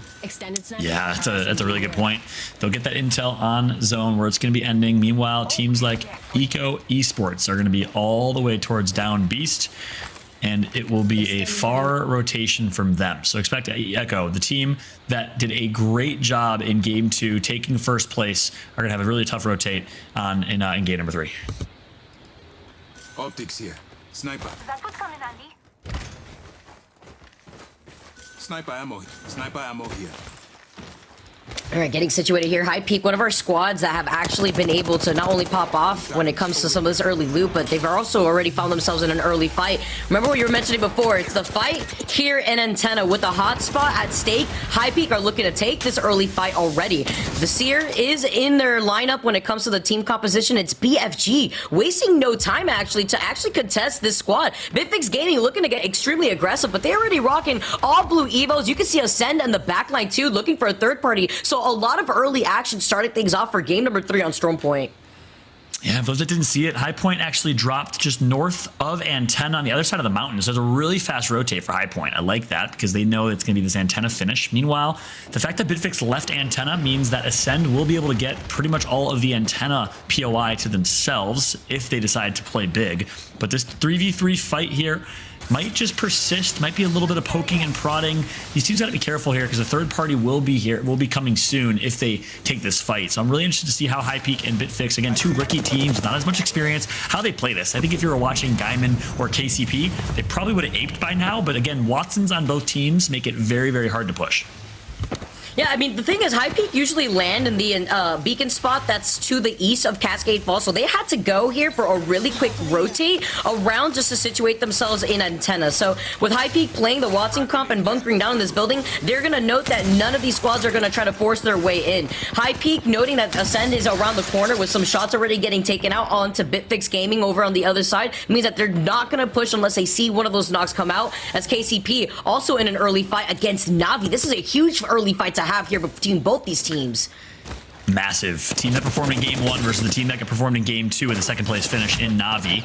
2 historic teams, 2 former teammates, by the way. Strafey used to be on this Navi roster and org. This is a big one over in Wall. And by the way, over towards Command Center. And this should be pretty secluded because they're on the high side. Here comes the push wide right from Strafey. Here comes the Kansas City steam train as it looks like they're going to find the first knock. It's going to be a knock that comes through as well from Serdell on Kron. 2 knocks are ready for KCP. Last person will be cleaned up. The Ava 8 shots are going to connect, and Nasky's healing. So right now, Sanya's looking to make a play. He stays alive. He gets the knock on Strafey as well, but Dell is still alive, I believe, as Sanya will go down, and KCP win the clean 3v3 versus Navi. That was still a really nice little skirmish, though, from Sanya. Playing off the knockdown shield, having the scary Eva 8 here, too. But you're dealing with KCP and the PK as well. So they're going to be able to come out on top after this fight, having that early KP. That means that Navi's the first squad to go down in this game number 3. So remember, in the overall standings, they were sitting in 3rd place. Now this is going to be a huge dent to their game plan before moving on to World's Edge. Switching back over to Antenna, where we're expecting this game to finish. We mentioned it, predicted Ascend to take the real estate here of Antenna, and that's exactly what they do. They took 2 buildings, center building and left building. Looks like they're going to all opt to basically turtle up on the lefter building here on screen. We got Heroes, the French squad nearby, and we have a team, I think it was the Turkish Stars, coming from Shipfall as well. So we have Turkey, we got France, and we got Portugal, all in a multinational battle here over towards Antenna. It's going to be an interesting fight, an interesting progression, but keep in mind these 3 teams are going to be content posting up. You're not going to see much action.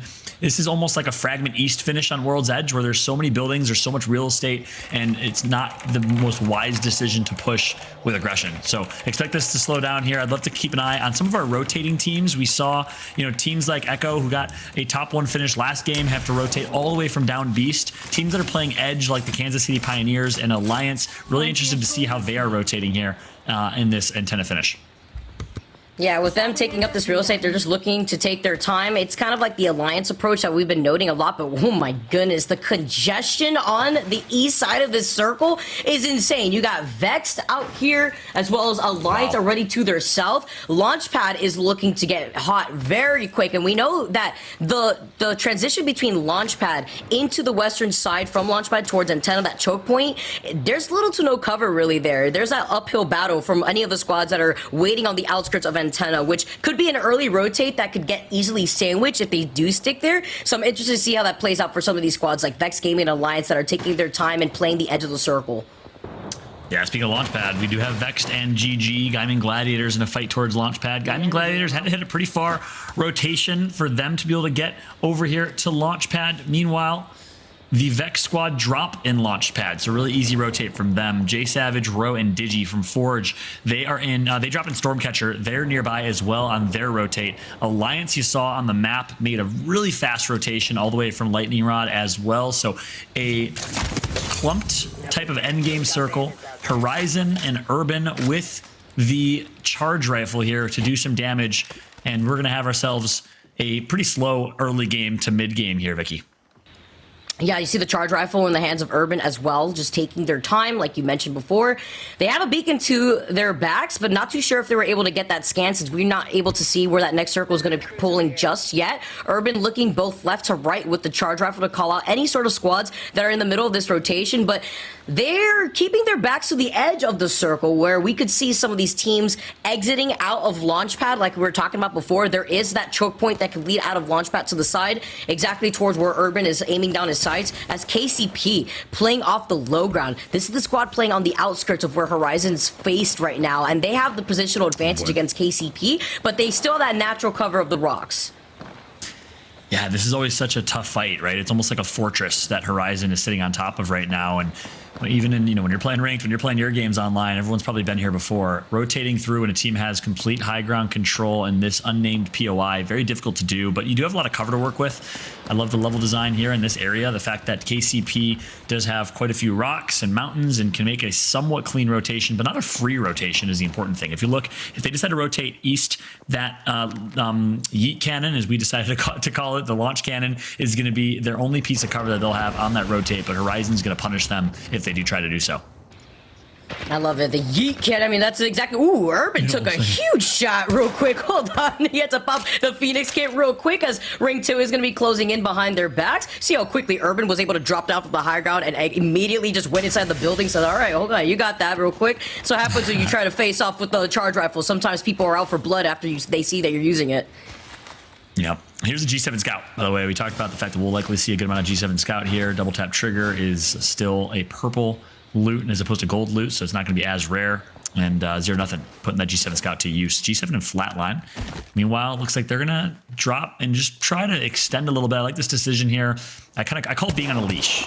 You obviously have a home base, but you're on a slight leash in which you can work with to try and get some damage, maybe break ice, get some intel, but then you have to work your way back to home base, which is exactly what he's going to do. Meanwhile, E6, one of our most aggressive teams, again, look at their kit. Red, gold, and purple shields to their name. They're going to push up here and a big fight's going to ensue.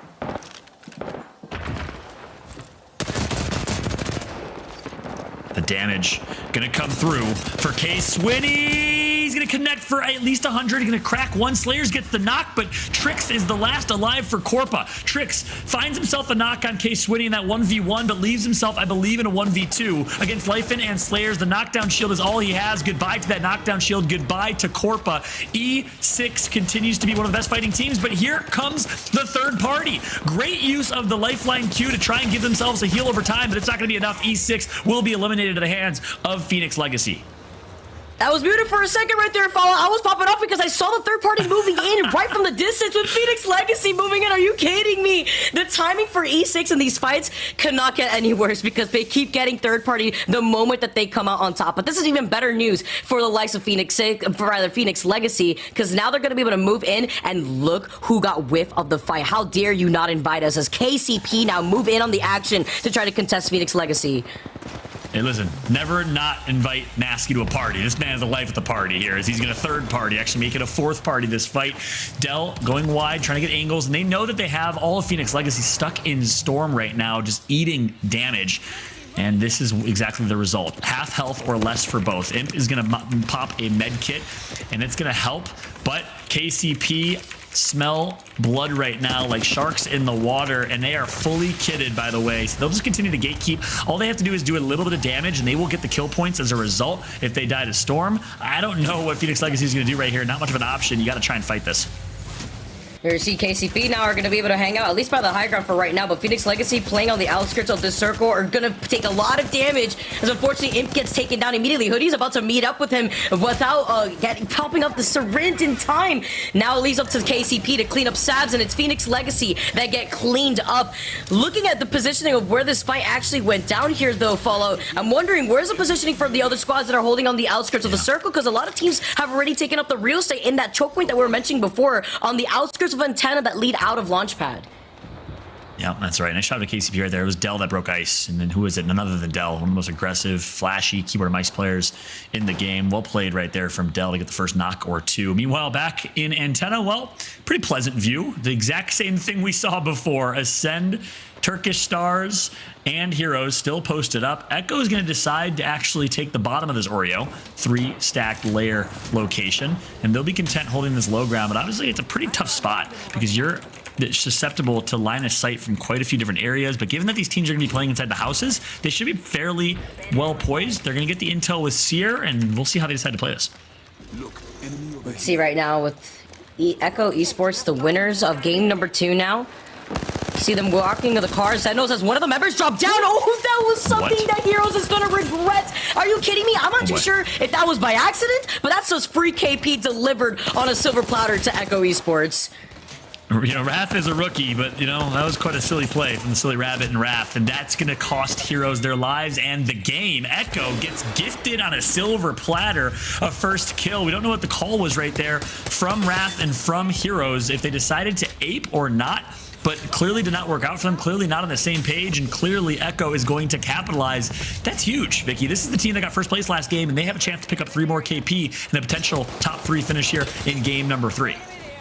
And they're looking to dominate the competition, because look at this. Not only with the gold G7, I mean, Herald is having a ball. Turkish Star get eliminated in the feed. As you can see, these Senti shots landing at the same time.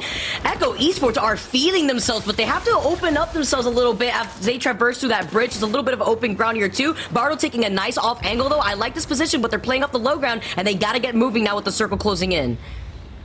Yeah, by the way, I correct myself from last game. HTP Herald was actually on Game of Drones in the past. I knew we saw quite a bit of HTP Herald as an up-and-comer in ALGS previously. Now playing with 2 new up-and-comers, Zuni and Bardo. Excited to see this team continue to cement themselves, if they can continue to cement themselves as a top team in EU.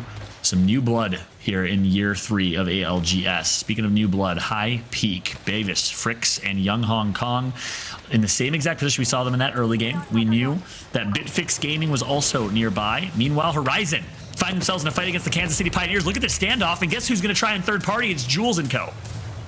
Oh, wow. This is the positioning that you're risking yourselves, as KCP were here for a really long time, and they were fighting time and time again as the break comes in. The R301 from Sir Dell looking to continuously beam as Bitfigs do get taken out in the feed, as you can see by HP. Now Pioneers are looking to force their way into this next circle. It does close in 50 seconds, but they're finding these cracks left to right. Yeah, look how well KCP is playing this. I mean, this is the difference between top-tier teams in Apex and why you love Apex as a Battle Royale. It's the most consistent BR. People talk about RNG often in Battle Royales, and yes, there's an element of RNG in Apex Legends, but you see the top teams stay as the top teams for reasons like this. There's no reason that KCP should be the last team alive here. Horizon had the complete advantage, but they do such a good job playing third parties to their advantage and not letting RNG get the best of them, and KCP is the benefactor. They take out Horizon courtesy of some help from Game of Drones, and they will live to fight another day. We'll see if KCP can continue their consistency. If they can force their way into that next circle at the very least, because they're playing off the other side of the rock that's behind High Peak, who need to start moving now soon. After this Phoenix kit does get popped, here comes the skyward dive. But where do you land when the circle is pulling out in the middle of the open? That's the choke point that we were highlighting before leaving Launchpad. And look at this, KCP, they're looking to take a fight right now here too. Artico in some trouble. You see the Newcastle ult as Nasky is moving in. He's looking like a shark with blood in the water. A little pepper here and there with the Ava 8. Connects for 6, 8, 12, 15. And guess what? A full squad wipe is Nasky and the Kansas City Pioneers. They are running through every single team in this lobby. It is insane how good Nasky, Strafey, and Dell, the trio, are. Look at the shots and the beams from Nasky to take out one more as well on HP on the rotate. They had themselves some shield swaps, and the Kansas City Pioneers, again, I'll keep using the steam train analogy for the Midwest org. They cannot be stopped. Oh my goodness. And on the other side, you can see IG also gatekeeping on the other side of the mountain. Torre in a lot of trouble here too, as KCP are looking to continue on the pressure onto the southern side of where they're situated. I mean, look at the graveyard of death boxes that they also got to work with. All the loot for everyone. You get loot, everyone gets loot, as they're going to be able to walk away with not only so much damage, but KP as well to their name. And look at the position they find themselves. Very similar to what we saw in game number 1. What we saw ALGS champs over in North Pad is going to be this terrain low on stairs, Watson fences. You have yourself some line of sight cover in what is kind of like a bunker. Really good positioning for KCP, and it's in zone. So again, it's almost like a written script here, and KCP is proving me right. You talk about the consistency of this squad, despite having such difficult rotations playing edge. They find themselves God spot. They play so well. Not many teams can do this, and this is what separates the best from the good. KCP is proving that they are the best team in EU right now after coming off a LAN championship with Verhulst as a sub. They're looking just as good with their original trio, is Strafey. Seeing them all together, the gang back together again with Strafey is always so nice. And look at the amount of mobile respawn beacons that they've just laid out, making up some makeshift cover as well. The EMP coming in and the follow-up. You want KCP to scoop things up. I mean, this is a buffet. They want to eat for free out here, as they're not only out of the line of sight of a lot of the pressure, but they're playing the edge of the circle, and they're still in that next circle. I'm looking at Ascend, who's going to also be rotating right before their eyes in their line of sight. You can currently see right now IG in a lot of trouble too. A huge thermite grenade actually taking down 2 members of IG International. And now IG International, they get cleaned up, and we got 5 squads left for KCP to try to clean up if they have the opportunity, with Ascend now making their way into their left. The Kansas City Pioneers are bullying this lobby right now. Look, they all have pretty much full health in this fight against Forge, and again, they're going to get a full squad wipe here.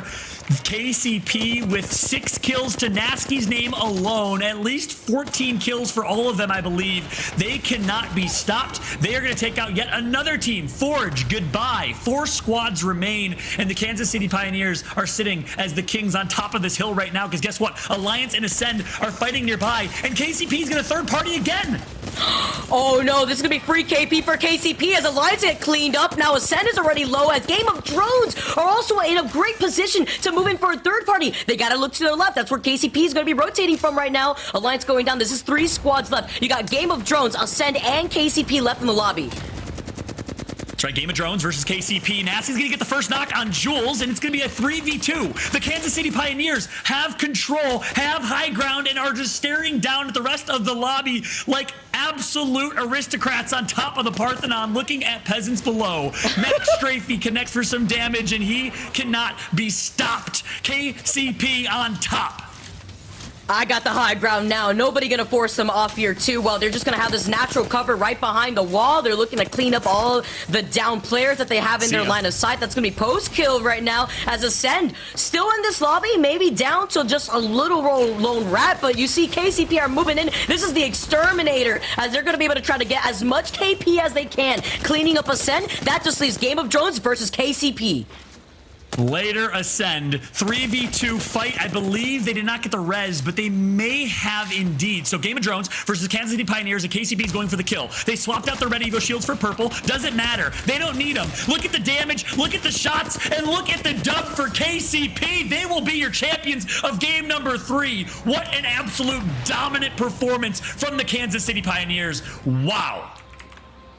Insane, from their positioning to the KP that they were able to wrap up. I mean, that was a very spread out, elongated, very end fight. Rain, I mean, I need to know what your thoughts are after KCP just dominated game 3, our final game on Storm Point.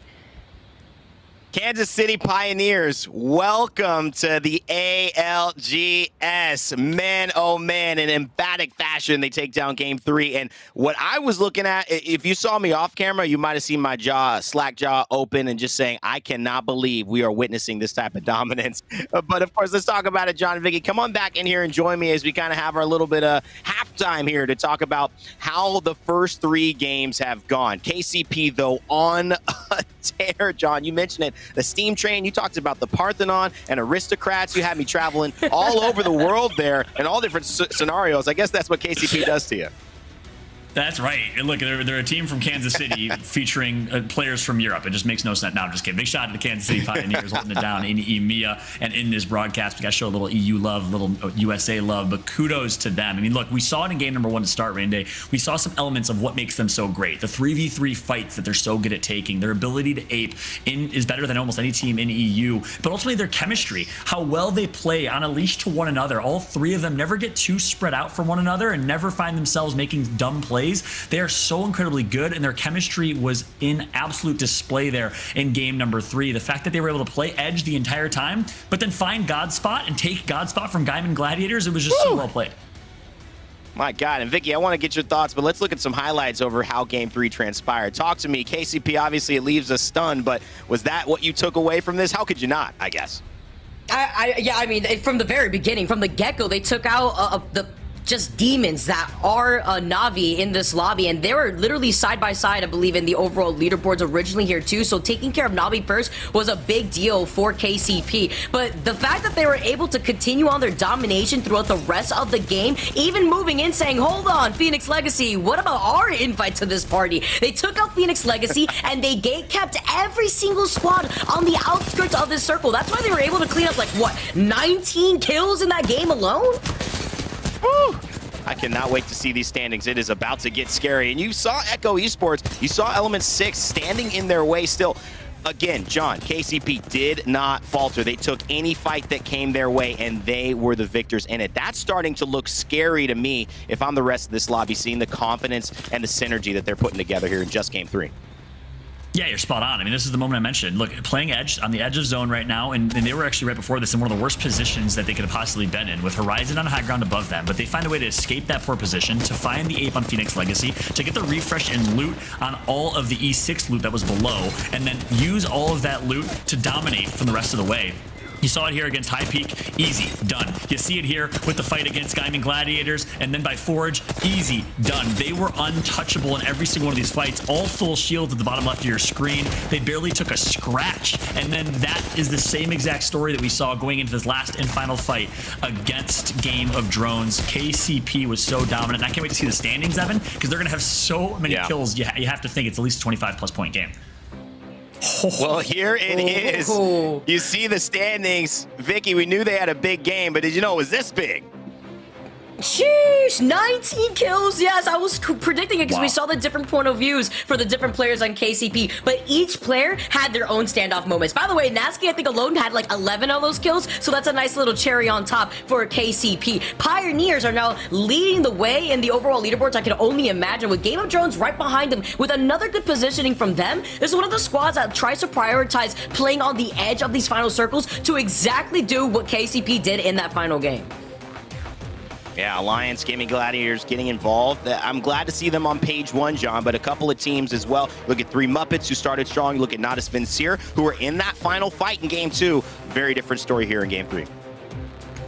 Yeah, that's right. You know, look, Vicky asked me any predictions. You asked any predictions, Randy, and I've been giving KCP so much love. I was like, let me send the love to Vexed Gaming.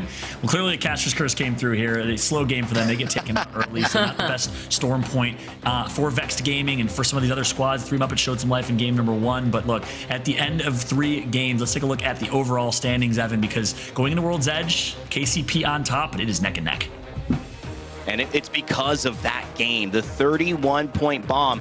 I was going to say, usually that's when a team separates themselves from the lobby. But in this case, KCP had been showing strength, but it had been about Element 6. It had been about Echo Esports beforehand, and now they have put themselves in the conversation to be leading, but just by a narrow margin. Game of Drones, they had 6 points entering Game 3. Now they've got 26. They're in 4th place. Big story there for them as well, and you got to keep an eye on Vex Gaming. 3 Muppets who have performed nicely, and IG International as well, picking up Graceful here as Bryn retired. So many different stories, but let's talk about another story. Vicky, get your reaction to the top 10 kill leaders here. No surprise that 2 of the 3 KCP members are sitting in 1st and 2nd place. This is crazy right here, because not only do you see that Nasky really did lead the way with 11 kills, I saw that they got a lot of damage done. I saw the KP that they were clean up, but 11 kills, are you kidding me? Serdell right behind him with 5. I mean, look at the gap already just between Nasky and Serdell. Yeah, they're still both of them are on KCP, but it's the gap that separates Nasky and the rest that should highlight the way that Nasky is playing today.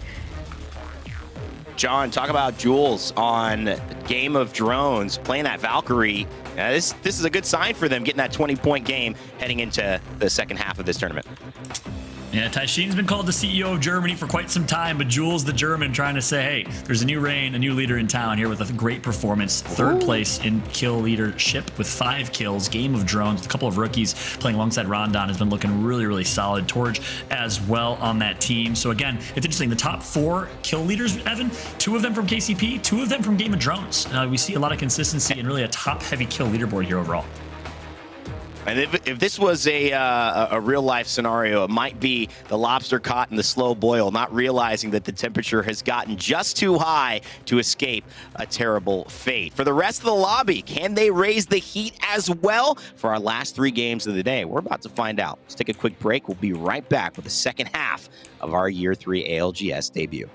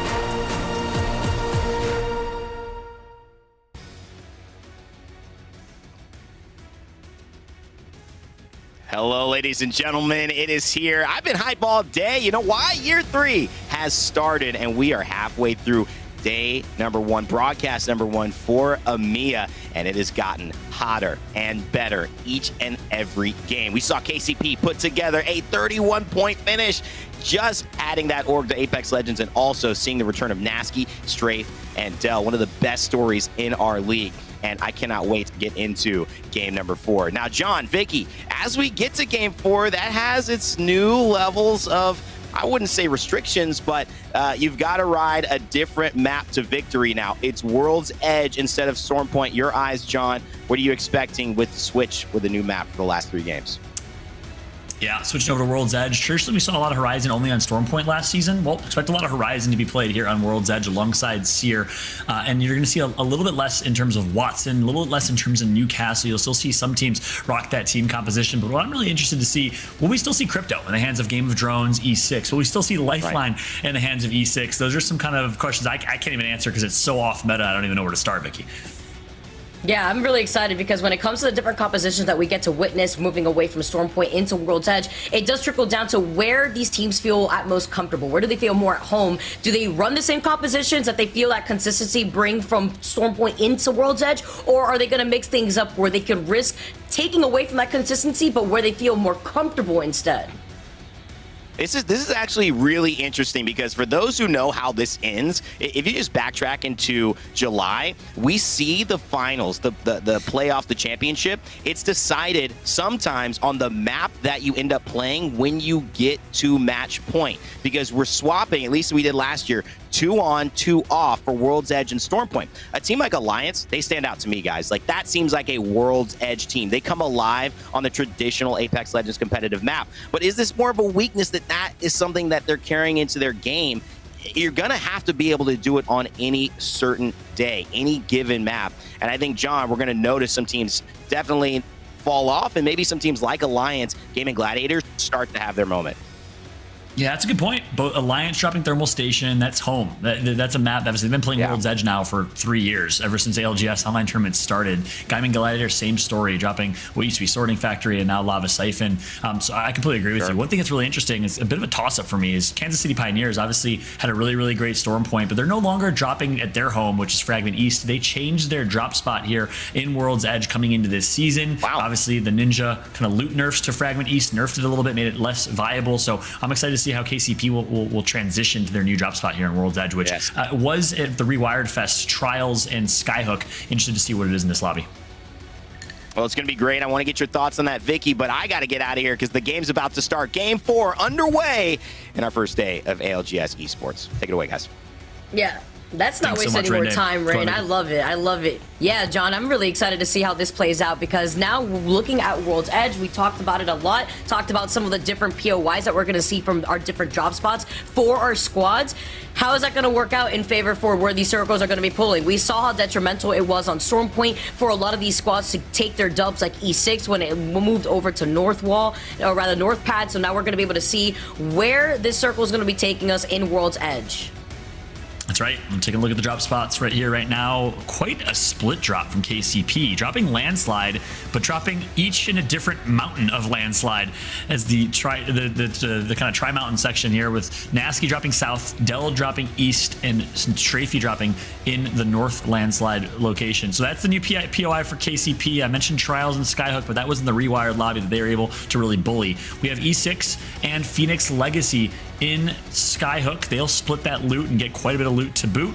Meanwhile, Vex dropping at the NRG Special in staging. Lava Fissure is going to be the Forge squad right above them. And of course, Gaiman Gladiators will split with IG over in Lava Siphon, which they've been doing for a few years as well. So those are some of the notable drops and notable things to keep a close eye on here in this early game. Vicky, any other thoughts on this zone?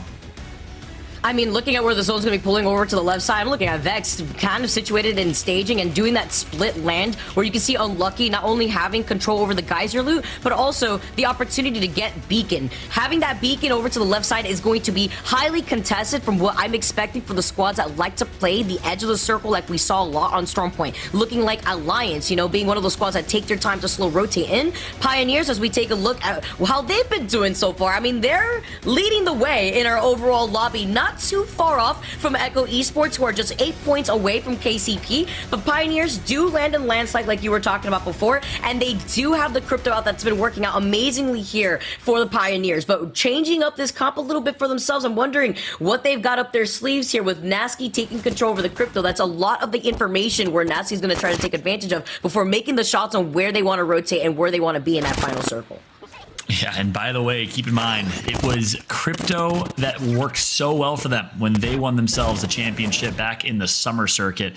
That was the old comp. Well, guess what? They're making it work in the new meta as well. Like what we're seeing so far, if we can actually just do a quick scan through of just a variety of top teams here and see what their team compositions are, it would be great to kind of establish what does the meta look like on World's Edge here. Obviously, it's a whole new meta. It's a whole new ball game in season 3 or year 3 of the ALGS, and that's what the most exciting thing is. The meta's changed so significantly since champs just 3-4 months ago, Vicky.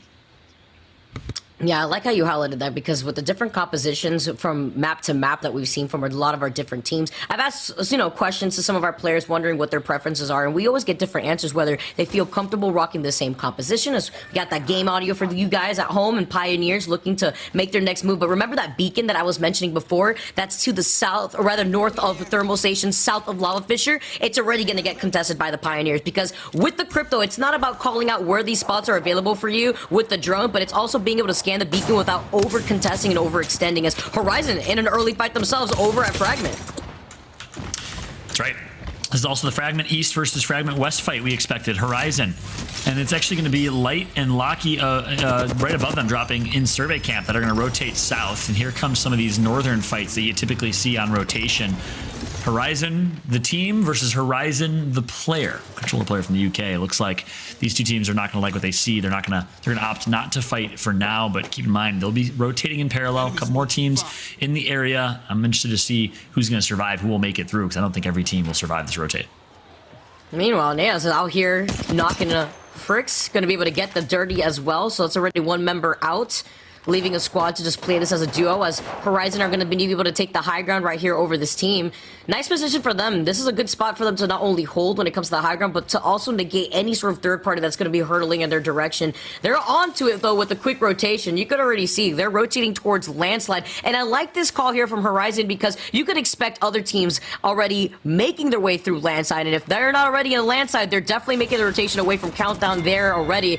You can already see with some of this early fighting, it's high peak. Remember, we saw them get knocked originally. Looks like Bavis is still alive, and looks like it was Corpa that was in a lot of trouble. Here comes a third party, though, from right behind High Peak, as Bavis won't be able to get away in time. Trying to run for their lives. Managed to slide for some sort of safety, but literally has 1 HP. The bunny hops. He's dancing. The movement from Bavis. What's up? Goodbye. See you later. It was cool while it lasted, you know? Looked pretty nice, dipping and dodging, avoiding some shots, but ultimately Heroes comes out with the kills. And here's what's interesting, Vicky. This southeast side of the map here towards launch site, you have Heroes dropping in Lava City. You have Jules in Game of Drones dropping Big Mod, and then you have High Point dropping Dome, which is usually an uncontested or undropped POI because the loot isn't great and it's on the far side of the map.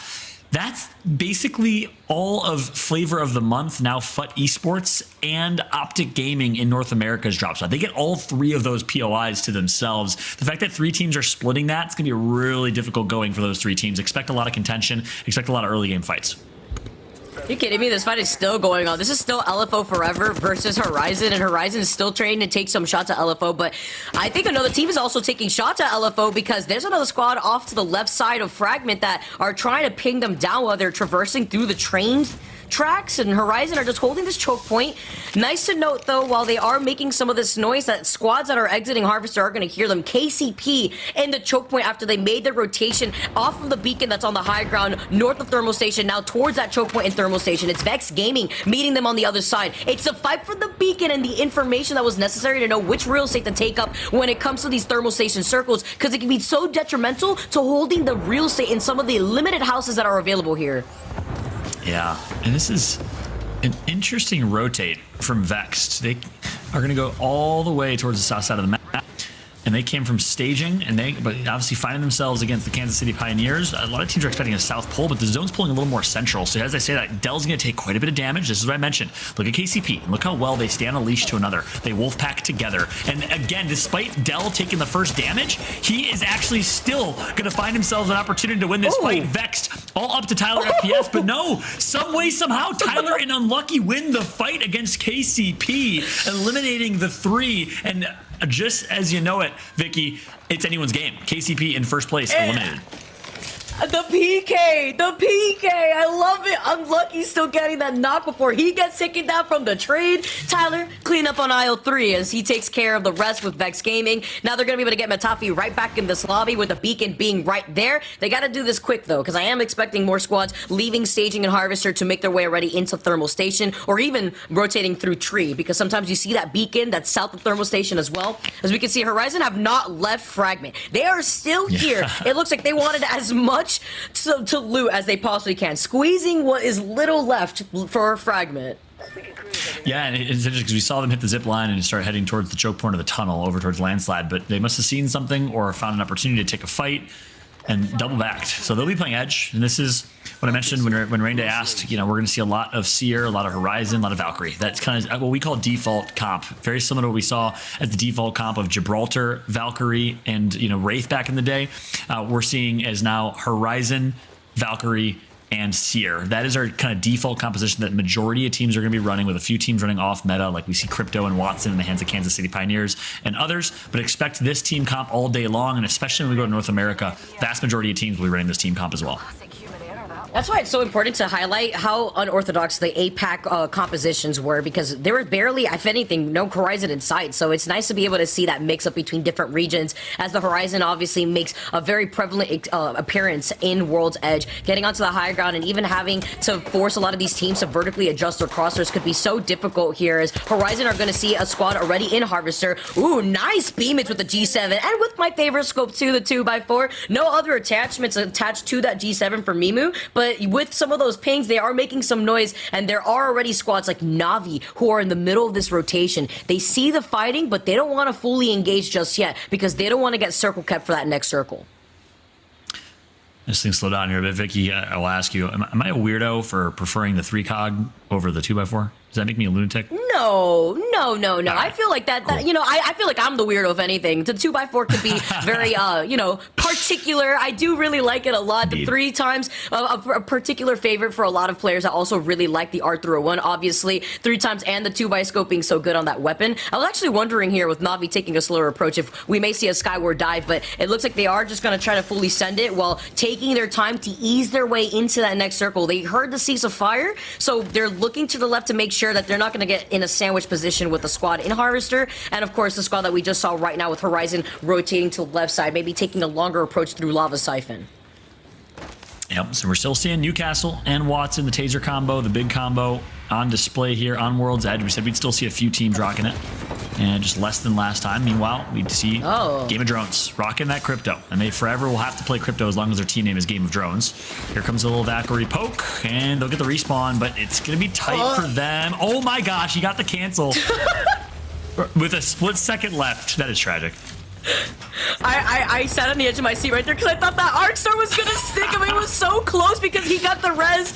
Well, he almost got the res immediately before he had to get the cancel. Like you said before, they didn't get to fully pull off even though it was right there. And Tori unfortunately gets taken down. This just leaves up to Rondon to be able to get this res. Is anybody gonna contest this? It doesn't look like they are, despite the amount of seers that we have in this lobby. No tactical gonna stop that, as Hoodie also gets taken down. It's V8's Legacy fighting for the real estate on the high ground on top of the train tracks here. Horizon looking a lot better in terms of loot and already getting 2 knocks onto Phoenix Legacy. Yeah, it's going to be a full squad wipe here momentarily. Last and third member going to get taken out. And Horizon showing some good life here. They need a big game, need a big performance, relatively quiet showing for them. And again, the Seer Q is just griefing people right now with a half second left to get the res. It's going to be the other Horizon. Again, the player Horizon, controller Demon, who ends up winning that third-party fight. LFO forever eliminate the likes of Horizon and say, hey, lose the team name. It's my gamer tag, right? Yeah, I was gonna say, it can be a little tricky sometimes to take note of it, but LFO Plus the forever, character opposed squad. horizon. Right, oh, so so many true. horizons. So we got horizons all around in our lobby. It's just juggling right through it like we're in a circus. But LFO forever, looking like they're in a really good spot here on this high ground, but they do have to start moving soon. With 1 minute and 30 seconds on the clock, they're not in that next circle. And even if they were to take the skyward dive, it could be tricky because you won't be able to get past that big rock formation to your left, and you have to decide whether you want to wrap around the mountain in the line of sight of all these other squads fighting in Harvester, or if you want to take a slower approach behind you if you want to take some circle damage in tree, which may not be the best position because I could expect already a squad to be holding on to that southern building by thermal station, by where the train tracks are that lead into tunnel. There's probably already a squad situated there. Yeah, Rayday said it well. Alliance is a team that will benefit for the move to World's Edge, and you saw it in the kill feed. They take out Bitfix Gaming. 3 kill points for Alliance. And again, they drop Thermal Station, so it's a pretty favorable first zone for them. Not a really tough or far rotate, but still gives them the chance to play Edge. And as I say that, Caster's Curse in full force here. Vexed eliminates Alliance. So with Mandy in their debut, not the best start for Alliance. Meanwhile, the 3 Muppets, the team that started strong and made such a great story, here comes a big fight against the Turkish Stars. They're going to get the res. He's going to stick it, but it's not going to work out well for them. It took them too long because at the same time, the Seer Technical canceled it. Here go the PK shots over to the side. The 3 Muppets are looking to come out on top. Turkish Stars get eliminated, and the 3 Muppets now need to back up. Here comes a third party. The Arc Stars getting flung in their direction. Strongest, unfortunately, gets taken down. Kubra is able to pop the shield bat. He's got the nice big mod R301, and he doesn't want to give it to the enemy. He's forced to back away, and it's Horizon, the player like we were talking about before, from LFO, making their way not only from the high ground of the train tracks, but now looking at third party as only Kumbra is left from 3 Muppets. Yeah, we knew LFO was going to be one of the most aggressive teams in this lobby. Ranked grinders, known to play super fast-paced, and it's showing right now. But what the 3 Muppets just did in a 3v3 against the Turkish Stars that they had no business winning was insane. They get the res, and whoever got res, I think it may have been Plum or Kumbra, had 5 HP, I think was able to get a shield swap, but still, they had a complete disadvantage. The use of the PK to turn fights around, we saw Vex do it against KCP earlier, and we saw 3 Muppets do it right there, has been insane. Take note, aspiring Apex players, gold, platinum, bronze players, the Peacekeeper in close range fights when you're at disadvantage can completely turn the tide. Obviously now Mastiff back on the floor as well. We're going to see that in a few weeks when we are on the latest patch. Keep in mind, for those that are just tuning in, this is the patch previous to this one, because we want to give these pro players a time to practice the new legend, to practice the new tuning of various weapons. So we're still playing on the outdated patch from previous. It's all about that consistency to allow our players to get used to the Pro League here too. Day number 1 and still very highly competitive in our overall leaderboards with so many of these teams so close together already. Now you can see Vex in a very good position onto the high ground just north of Thermal Station. This is a good 50-50 position to hold here too, because even if the circle pulls away from them, they could just wrap around the mountain instead, so that way they don't get circle kept. But you could see a Watson squad meeting them on the other side. Jay Savage and company here with Vex Gaming just looking beyond, not trying to overextend, because there is another squad on the other side of that team. Vex Gaming, we haven't tuned into them in a while, and they haven't moved a far distance from when we saw them take out the Kansas City Pioneers. They've been content with the KP that they already have and just trying to make it to late game. And they are going to do a really good job basically being big, watching their backs to make sure they don't get flanked, but they pretty much have the entirety of this southern zone where the zone's going to pull. That is huge, but Forge is encroaching on their territory. Looks like they're trying to get some long-range poke in, but we'll decide not to fight this necessarily. So these two teams will coexist, but they're not going to be friendly neighbors here. As you know, this fight will eventually ensue as the zone is going to shrink. So the one team right now that could contest Forge and force them out of their own space is the squad that's right behind them. So you could see with Jay Savage just keeping his eyes right there on Vex. It's going to be important because Vex may want to force that real estate from out of their feet. You see the Watson fences, though, just taking up so much space. Looking like a painting out here, just painting the rest of this map with these Watson fences. As well as Gaiman. You see Hardeki, Leogri on the other side, also taking control over the mouth of that cave that leads into those train tracks. Circle closing in now with Ascend also taking up the real estate right below them. Also not looking to get too overly aggressive here, because since they are on the low ground, they'll be opening up themselves to a lot of these teams that are now flying in, like Navi on the Skyward Dive. Yeah, so Gaiman's going to be playing Gatekeeper right now. 2 LFO, who are right behind them. I'm interested to see what team comp Guyman is rocking. Again, I was a little critical. I don't think the Newcastle and Watson team comp fits their playstyle very well, but I wonder if they're still rocking that same team comp here on World's Edge. We'll find out here in a moment. We do see some Watson in the hands of Forge alongside Valkyrie and Seer. The Guyman Gladiators and E6 are both going to gatekeep. Horizon is going to get taken out. Lufka gets knocked as well, so a little bit of fighting going on the northeastern side of this final circle. Very interested to see how that's working out with the circle now. Pulling over to the side. Forge knows that they're going to have to start moving soon. As you can see, Vex Gaming still putting on the extra pressure. Jay Savage falling incredibly low. Because they've been taking their time holding this choke point, though, they don't have the boosted Evo shields that they want to work with here. Still rocking 2 blue Evos. That's going to allow the green light for this squad from Vex to actually fully push in because they're looking better when it comes to the overall health as LFO get taken out by Ascend. Yeah, Jay Savage using a Hemlock. You don't see a lot of Hemlock in late games. It might be what he just kind of was left with, but he's going to get out DPS'd, and that's going to force him to back out. And Vex is just having their way right now with Forge in this push. Good use of clearing fences, and Vex will now find their rotate on edge to be fairly easier than it was previously as they bully Forge completely out of this positioning. Find themselves a shield swap and get themselves a kill. Digi gets taken down. GG entered the fight. Guyman Gladiators looking to make some noise here in World's Edge. Again, another team that we said is going to benefit from the map switch. These grenades are insane as well from E6. K-Swinny getting that knock onto Sanya here. Vex Gaming with the wingman shots. The wingus dingus gets its way on each head of GG. It's Guyman Gladiators that get taken out. They're so fixated on the fight happening in front of them. It's Vex Gaming now making their appearance to clean things up. That's right. Vexed is dominating right now. Navi eliminated. Guyman Gladiators eliminated. Vexed is running through the entire lobby right now, looking much like KCP in game number 3. But here on World's Edge, can Vexed close it out, much like their peers did just 1 game ago in their debut under the Vexed org, the worst kept secret in Apex Legends, by the way, that this team was getting signed by Vexed. Sorry for maybe slightly contributing to that leakage, my Vexed friends. But this Bosch squad turned Vexed is looking great here in game number 4. And they need it. They need to have this amazing pop-off game right now here, too, because they also have the positional advantage compared to the other teams left in this lobby. 4 squads left. We know that it's Vex Gaming, E6, Ascend, wondering who that last straggler is, as they're going to continuously harass those last 2 players. Oh, no, it's Forge, the remainder of Forge, that won't be able to survive for very long. They do manage to heal up, but if they reveal themselves too much here, Vex Gaming still have the positional advantage, but again, it's the KP that they really wanted, and it looks like they are able to obtain it. Vex Gaming, look at this, 14 total kills so far, 3 squads left in this lobby. That just leaves Vex, E6, and Ascend officially.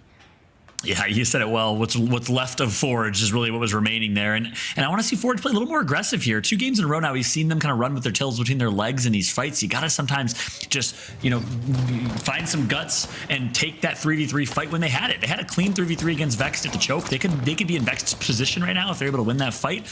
But again, it just goes to show Vexed's firepower is too strong. And speaking of firepower, we know Element 6, former 69 IQ roster, so incredibly skilled and talented in these fights, these 3v3s. We have E6, we have Ascend, and we have Vex, 3 of the most reputable orgs that we have in EU left in this lobby. 3 very, very good teams at 3v3 or 3v3v3 fights. It's going to be a crazy finish here in this one.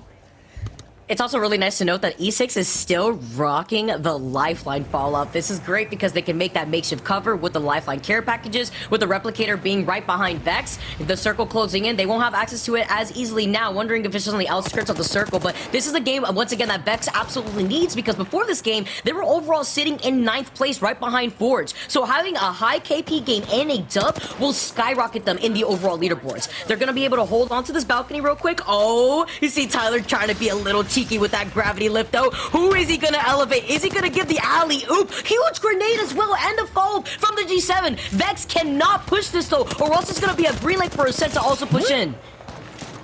Matafi gets another knock. 2 members of E6 down. I think I saw Slayers as one of them. That's gonna be the lifeline here. So all up to K-Swinny, the last alive on this team, the crypto of this team. Vexed Gaming is continuing their running rampage. Can they get the res is the question. Crypto Drone's going to come out and try and just buy them some time, do some damage. But no, he's going to be forced to drop. Here comes Vex coming from high ground here. traversing the Swiss Alps right now is Vexed, as they will find themselves a knock on post kill. They get the final kill on E6. They get the final knock on Ascend, and Vexed is gonna do it here. A 3v2 to close this one out. They need to get these final knocks. Yes, they do. Vexed Gaming is your champion here on World's Edge. A huge game from them. And so cleanly, too. They didn't even need to destroy those Watson fences. You see all those EVA 8 shots booming its way right through the rest of Ascent. What a beautiful performance from Vex. Not only did they get so much KP in the process, but they cleaned up E6, and then at the end, they cleaned up Ascent Rain Day. What a first game that we just had on World's Edge for Vex Gaming. And it felt like things had shifted chemically for these rosters. It's like something snapped. I don't know what it was. I know a lot of people playing card games like that right now. For me, it was much more like the Thanos snap, where a few teams we expected and had been up in that situation totally out of the picture. We saw Vex take almost like a control of this game for the first time since we've witnessed their potential. Now they've actually reached it, John. And you had called this out earlier. You had your eye on Vex. You might have done more in terms of their roster announcement, but at the end of the day, you were calling it that they were going to be making big waves here, and they certainly did. Yeah, absolutely. I mean, look, I predicted them to do well and have a big game, just one game too early. I'm basically the Nostradamus of Apex Legends. I was foreshadowing what was to come. A huge game from Vex. I mean, look, this is a team that is so talented. As soon as I saw this roster get announced as team form, it almost felt like, you know, you mentioned Thanos, the Avengers were forming in so many ways. You have Unlucky from Austria, so incredibly talented on controller. Tyler FPS, I was a massive fan of Tyler and his rookie breakout year with new esports, the now Ascend squad playing alongside the Portuguese. Since then, he's had a little of a roller coaster of an Apex career, but you always knew he was on the on the brink of greatness. And then, of course, last but not least, Matafe has been playing and competing at a high level since the beginning of competitive Apex. Took a break, decided to pursue content creation and streaming, but he missed competing in Apex, and it's good to have him back alongside this Vexed roster. I mean, they are so talented. It showed right there in game number 4. Yeah. And as we go through highlights, Vicky, I mean, Vex, they started off strong, but Ascend, they were also in the mix in that final circle. You also saw Element 6 as well. Kind of walk me through your narrative for how Game 4 turned on our first time to see World's Edge. Well, the thing is, Vex was out here really popping off originally in terms of their positioning. They had the high ground the entire time, but they also were able to stay on the other side of that rock wall that's north of Thermal for a while. They were kind of in the bridge, and it was the decision where they needed to take that 50-50, whether they wanted to wrap around, meet up with Gaiman Gaming on the other side of that tunnel, or it was dealing with Forge that was holding that choke point, which was an easier situation for them because they already noted by doing enough damage that they still had blue Evo shields. They were still playing patiently, like Fallout had mentioned before, because they played patiently the game before that. So that was a green light for them to fully send it and then take control over the best position that you could hold for a final circle like that. And they did so by cleaning up so much KP in the process. Yeah, it was just high ground off of higher ground, off of more clinical finishing, and Vex Gaming is certainly doing it. I love Tyler FPS in this role too, because I think just what a fragger, what an incredible player. We talk about a lot of these names that get that conversation of you're going to win a 1v1 against anybody but them. You know, but I think Tyler FPS is in that category in terms of just raw skill, John, and being able to take on fights and come out successfully. Yeah, I completely agreed. I mean, I mentioned him being on the new esports or Ascend squad, and it almost felt like a square peg in a round hole because Tyler was so aggressive, constantly wanting to fight. They were playing a caustic kind of bunker team composition back then. So Ascend is more methodical. They like to play rotate. They like to play smart. You had to just unleash the beast in Tyler, and Tyler is able to fully unleash, be his true, raw, authentic self, which is a pure slayer. And it showed a matched back-to-back 19-kill game, which beats the record of all of last Pro League, by the way, twice. 17 kills was the record we had last Pro League season. 19 kills, 2 games in a row from KCP and Vex. Vicky, what a game! What a game from Vex. There's not much to say about that one.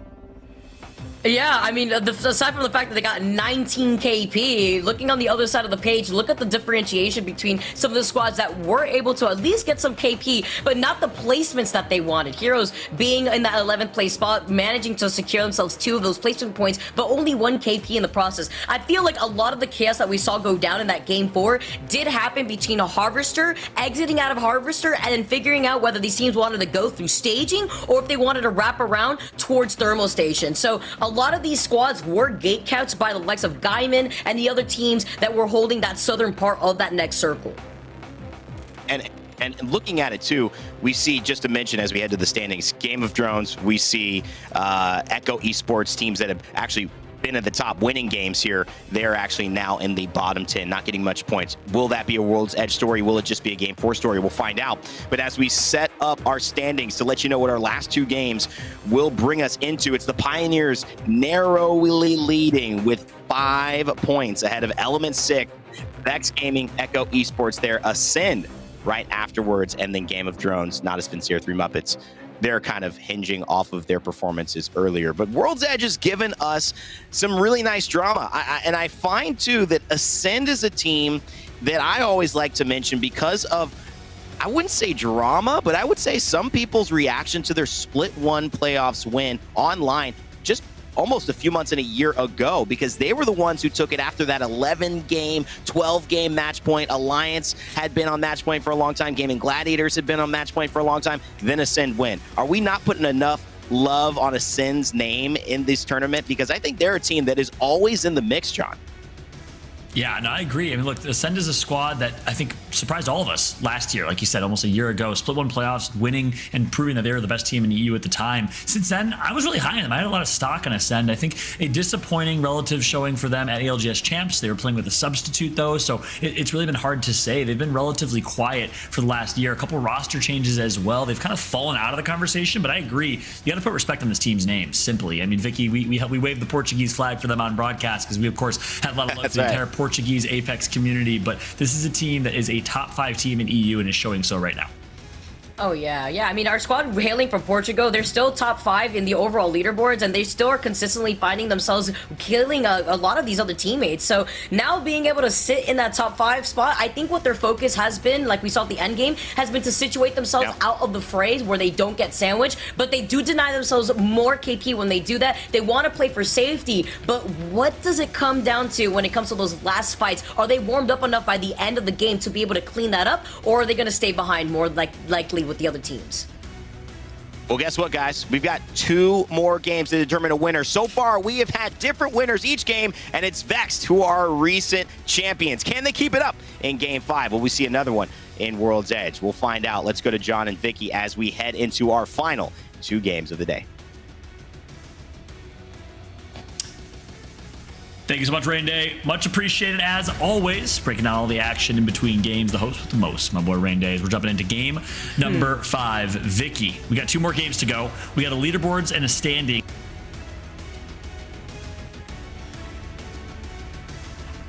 Forge in 9th with 21. We see, Ascend in 5th with 32. If you see another 31-point game like we've seen the last 2 games, at this point, it's really anyone's first Pro League kickoff and debut here.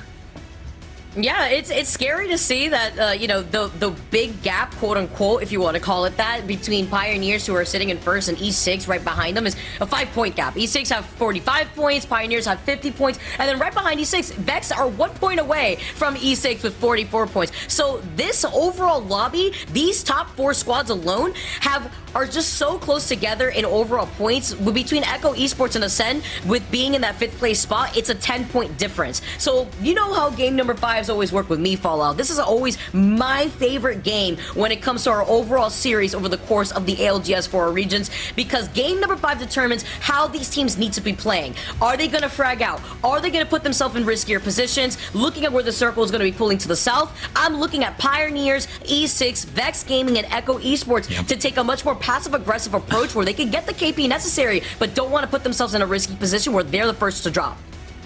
Well, a little bit of consistency here. We're going to see a very similar zone to what we saw last game, so we'll see if teams like Alliance and others that got taken out early will learn from their mistakes. And take a look at the bottom right of your screen here. You see Heroes and Torch and Co. on Game of Drones finding themselves in an early fight. That's what I mentioned. Big Mod, Lava City, having a run really with their tail between their leg all the way to Geyser. That's way too little loot and small of a POI for 3 teams to be dropping in, and as a result, Heroes is going to bully them out of Big Mod. They're going to get all that loot to themselves, and Torch will be left to run away last remaining player. Meanwhile, on the north side of the map, in Climatizer, we see Zuni tagged up a bit against Navi. A couple of teams dropping up in Climatizer and contesting as well. Those are really all of our contests, though, that we'll see so far. It's nice to know how some of those 50-50s could be very risky, especially when it comes to these Game 5 situations. You can see Echo Esports, looking great when it comes to the loot already. You can see some shots getting taken from Echo Esports. We see the movement real quick here, too, from Harold, as he is going to be able to rotate as quickly as he possibly can. So you know how it goes, Harold. You know, we highlighted some of the individual members on Echo Esports, but coming from, I believe, underrated here, Harold is already going to be able to make these quick rotations, because look who's meeting them to the north. It's got to be LFO, who want to take some chunks out of their Evo shield. That is right. LFO nearby. They drop Epicenter and Survey Camp, split that loot, and guess what? They hear some fights. They saw that they were that the Echo squad was going to be damaged quite a bit, and they want to capitalize here. Seer ult's already going to come through. Ultimate Accelerant probably popped. The Thermite's going to connect and tick away, and LFO has a great opportunity to win this fight early on, but they got to be careful because we know Na'Vi is nearby. Yeah, Na'Vi landing on the other side of Climatizer. That was the original squad that was taking some shots at Echo, as LFO are looking to continue on this domination. Heroes also, by the way, already getting an early knock themselves. A lot of early fighting happening as they get Bardo. They get the knock first. Now it's the initiation right here for LFO. But Ascend, or rather, sorry, Na'Vi on the other side is still taking shots at them, but they're pretty distant away. So with that knowledge, now LFO are going to be able to fully send it onto the squad. Yeah, they gotta be careful in full sending. They need shield swaps, and they need them quick, because Na'Vi can third party this, and this could be dangerous. Light's gonna go down. Is Na'Vi close enough to push? No, and this is interesting. I mean, CIS was always known originally to be the most aggressive sub-region of Europe. They played so fast. You saw the likes of Artico and the Gaiman Gladiator squad flying at people on Wraith, but this is a good example of just a different playstyle from CIS. Na'Vi 2 years ago would have flown at that fight and would have easily capitalized on the freest 2 kill points or 3 kill points ever. Instead, LFO is able to reset. Locky takes high ground and is doing a good job just kind of scouting out the competition, making sure they're not getting pushed. By the way, ranked players take note. You always want to make sure someone's kind of watching as everyone else is looting so you don't get third partied. There's ways to prevent RNG in Apex, but right now it's going to be LFO that's going to be able to reset. Vex now find themselves on a rotate, bullying Forage yet again. Yeah, Forge actually just taking off. Vex says, all right, you get to live another day. No worries. We'll take a longer rotate off to the other side, because they are looking great in terms of loot. You could see this right now with the Skull Piercer. You could see right now Vex Gaming are just looking to make their next plan. That's right. Well, guess what, Vicky? I got some good news. I'm here to report that we got our first listen-in of the ALGS Year 3 Pro League, baby. And who are we going to listen into? None other than the hypey Vexed Gaming squad. Let's jump into a listen-in with Vex Gaming. Yeah, I got 2 Axers, no terminates. Guy there, Gibby. Let's just swing right. They're not looking right now. They should be outside. I'm running. Okay, yeah, just swing right, just follow my pathing. Yeah. Let's go. I'm removing my pins. Forget that. Energy on the right, Andrew. They're shooting someone else. Wait. Perfect. Come, don't shoot right now. It's on the way. Get roof away and just chill. I see no one. No, I don't wanna fly right now, okay? We just climb. Yeah, don't fly. Do not fly. They're not close. They're not even building, boys. They're just in the open. Yeah. They might Got have one knock, I think. Go right side, maybe. I don't see them. Where the fuck are they? I think they're on here. Rivals. They're they're- on here. Fancy a wee They're taking up zipline, Yeah, not all of them Wait. though. One guy's gonna take it late now. Yeah, probably. I think we... Wait, hold on. They're dropping. But one's still Why up are they top. dropping? Yeah, just look. Maybe we can knock on the guy below. One is close. Here. I think he's coming through the zipline. Enemy here. He's really close. Really close. Out. Look out here. Go for it. He's on the left. I'm shooting at him too. 45. Crack the outside. Here. Kill the Gibby. Lift the Gibby, lift the Gibby. Here, crack him, I crack him. I'm chasing with you, Andrew. I'm chasing He's with here. you. I'm trying to scan. Can we kill him? I'm holding He's the going for other zip line. Silent, 20 flash. Okay, come back. hear anything, I can't Yeah, no, wait. I can't really do much for you. Come back. Got him. Come Oh, back. Andrew. Which one? Yeah, I got it, bro. I got it. Nice, good shit, bro. Nice, well One played. sec. Come back. Yeah. Get the watch mid, me, get the watch mid, me. if you can. Watching. Come out. I did. I watch. We need to fall back and hold our back. Like E6 could become Yeah, behind going us. back up now, going back up. Well played. We go back towards countdown. Bro, I'm leaving your fucking banner. Stop shooting me before I hit you. We have to watch on right. Matafa, can you watch above us? I'm gonna this queue up direction here. right now? I'm going I'm kind of looking, but I can't see much. I think we need to get through this ASAP, because if Yeah, they yeah. res and they loot up, they might be behind us. Here, come. Tell her. How many bets you have now, Unlucky? Did you get some? I'm on 3 bets. I picked Okay, up 2. I have one. I'm 1/6 right now. I can give you. Give me one. I'm I'm on too 5 cells. slow. Yet not almost cells, I think. What are you, sorry, Tyler? I'm 212. Okay, Alliance res. Yeah. Okay. Give me 2 cells and let's go. Come. We go. I'm on 5 cells. I'm on 5 We go- cells. okay. I give. Yeah, okay. Drop 4 then. I'll take 2. You take 2. Yeah, they're showing from height. That's Alliance. I'm waiting for you here. They might mirror us, boys. They might mirror us. But we have some time before he gets. He's still. Wait, he one guy has just no got loot, flash bro. shot.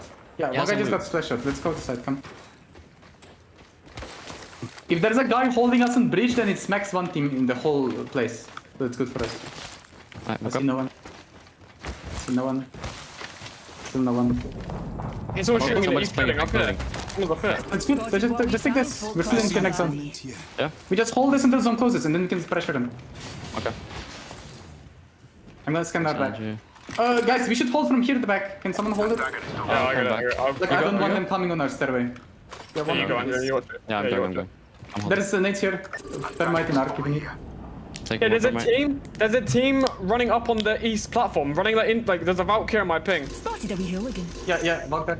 He sees me. Yeah, he knows. He knows. Did they leave that? Did they leave that? I think they left that. They left that, yeah. There's I on, think they it's did. on I think anyway. they did. It's on, no, it's on anyway. This way. There you have it. First listening with Vex Gaming, and it's a great one, Vicky. You saw it. We jumped in at the perfect moment. You saw them find an opportunity to capitalize on Mandy, aka Alliance, with a first pick. You heard what makes this team so great in a lot of ways. Their comms on point, plus some threats for inting from Matafe, and some BMing going on as well. Sure. It's all about the tactical crouching and some of the BMs that comes in that makes everything fun here, as KCP may not be having the fun that they wanted to have, kind of bunkering down inside of this truck with some openings on each side of themselves, where you see IG on the other side. There's another squad shooting at them on the other side of that truck. That's why IG isn't trying to fully overextend right now, because holding this position isn't bad, but they are denying themselves the opportunity to build up those Evo shields. They're still on 2 whites, and they're playing off the low ground.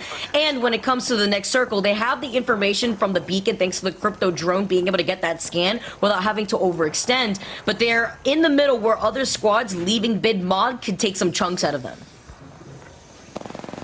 So back on with Vexed here. It's going to be Neas, I believe, from France. Big fight. And one of our kind of dark horse teams you got to keep a close eye on, of Corpa. Looks like Matafe is going to be tagged up to just about 50 HP left. Here comes the fight.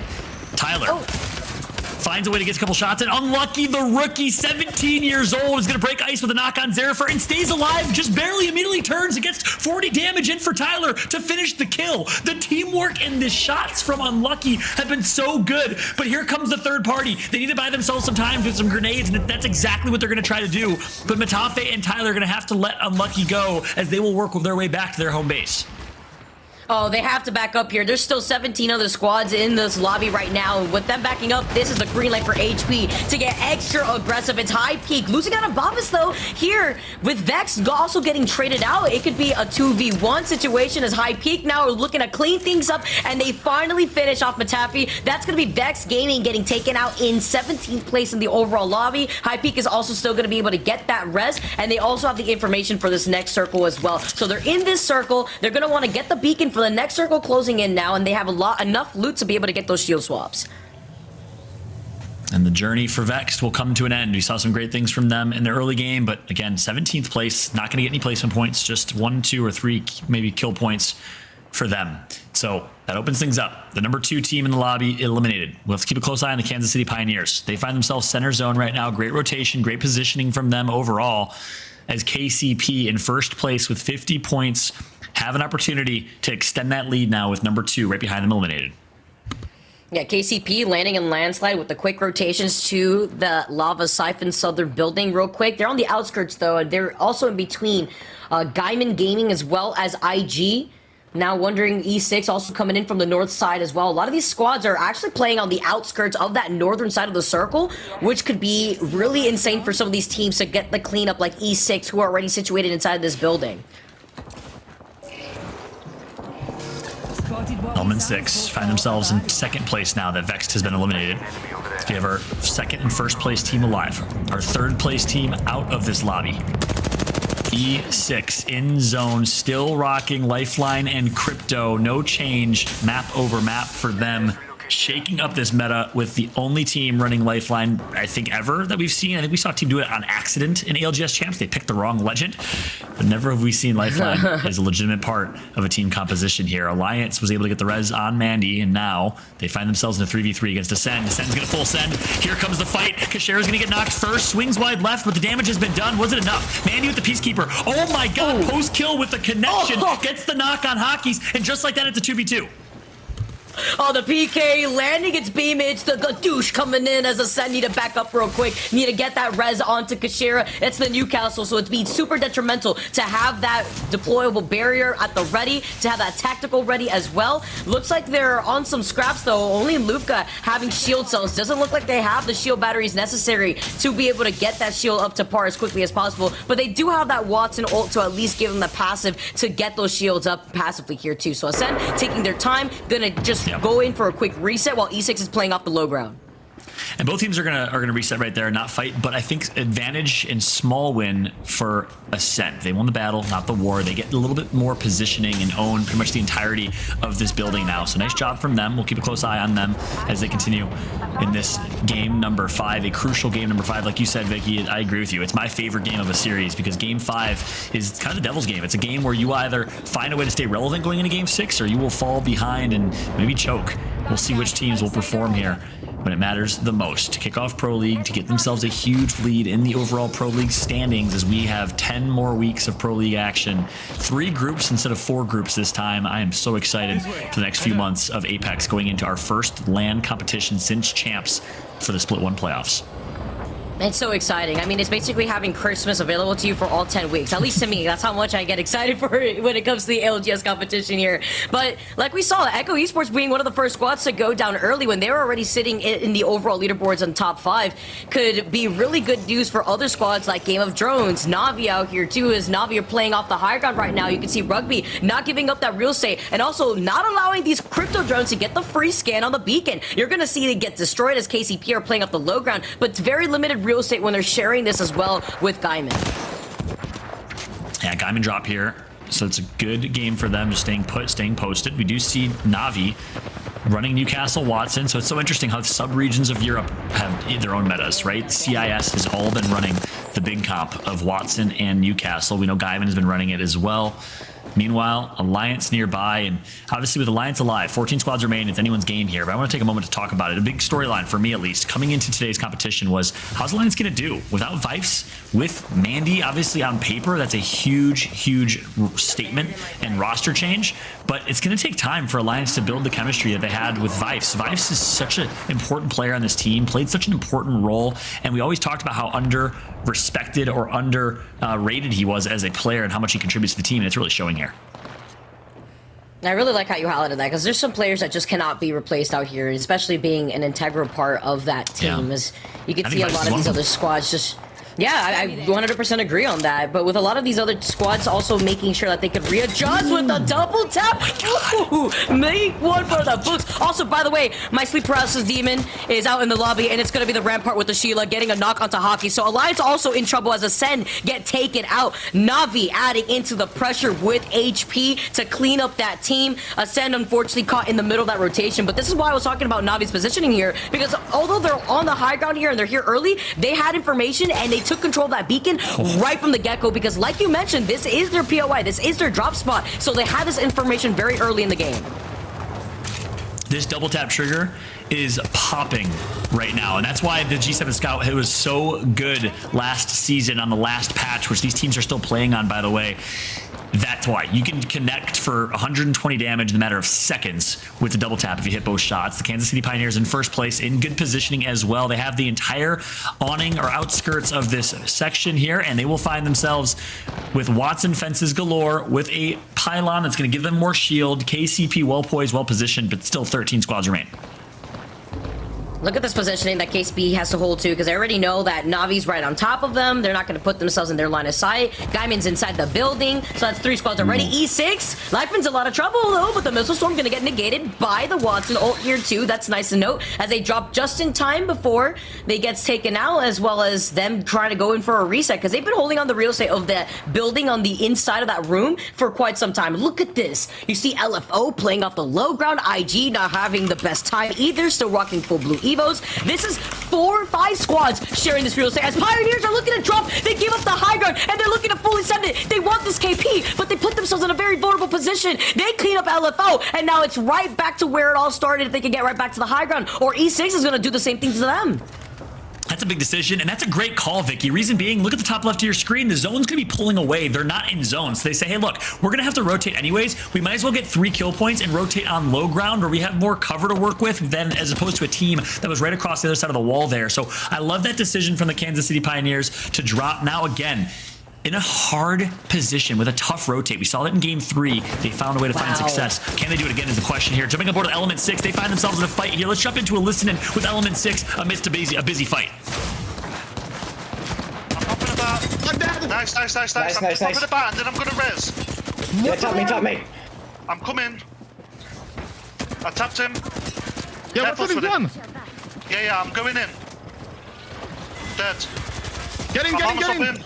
I'm just coming in. I almost up. No drone yet. Leave. Oh. Can I res you? Tap him? Yeah, tap me. They might be pushing, Swinny. Yeah, I'm yimping. Yeah, they're looking through. No, Come back in this corner.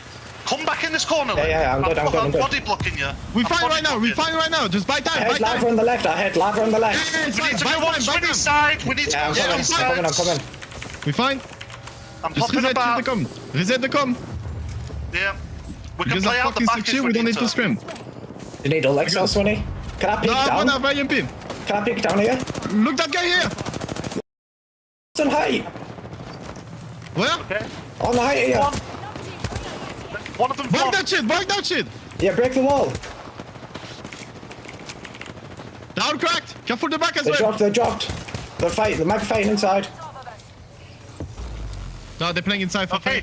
There's 2 teams there and then 1 team's free to we play. need to clear left. We need to clear left. Okay. Yes. I'm gonna yip you then. Okay, I need to pop a bat. It's all you right now, Lip. Let's go, Defin. One's playing far right. I'm sliding left. I need to bat. I'm out right now.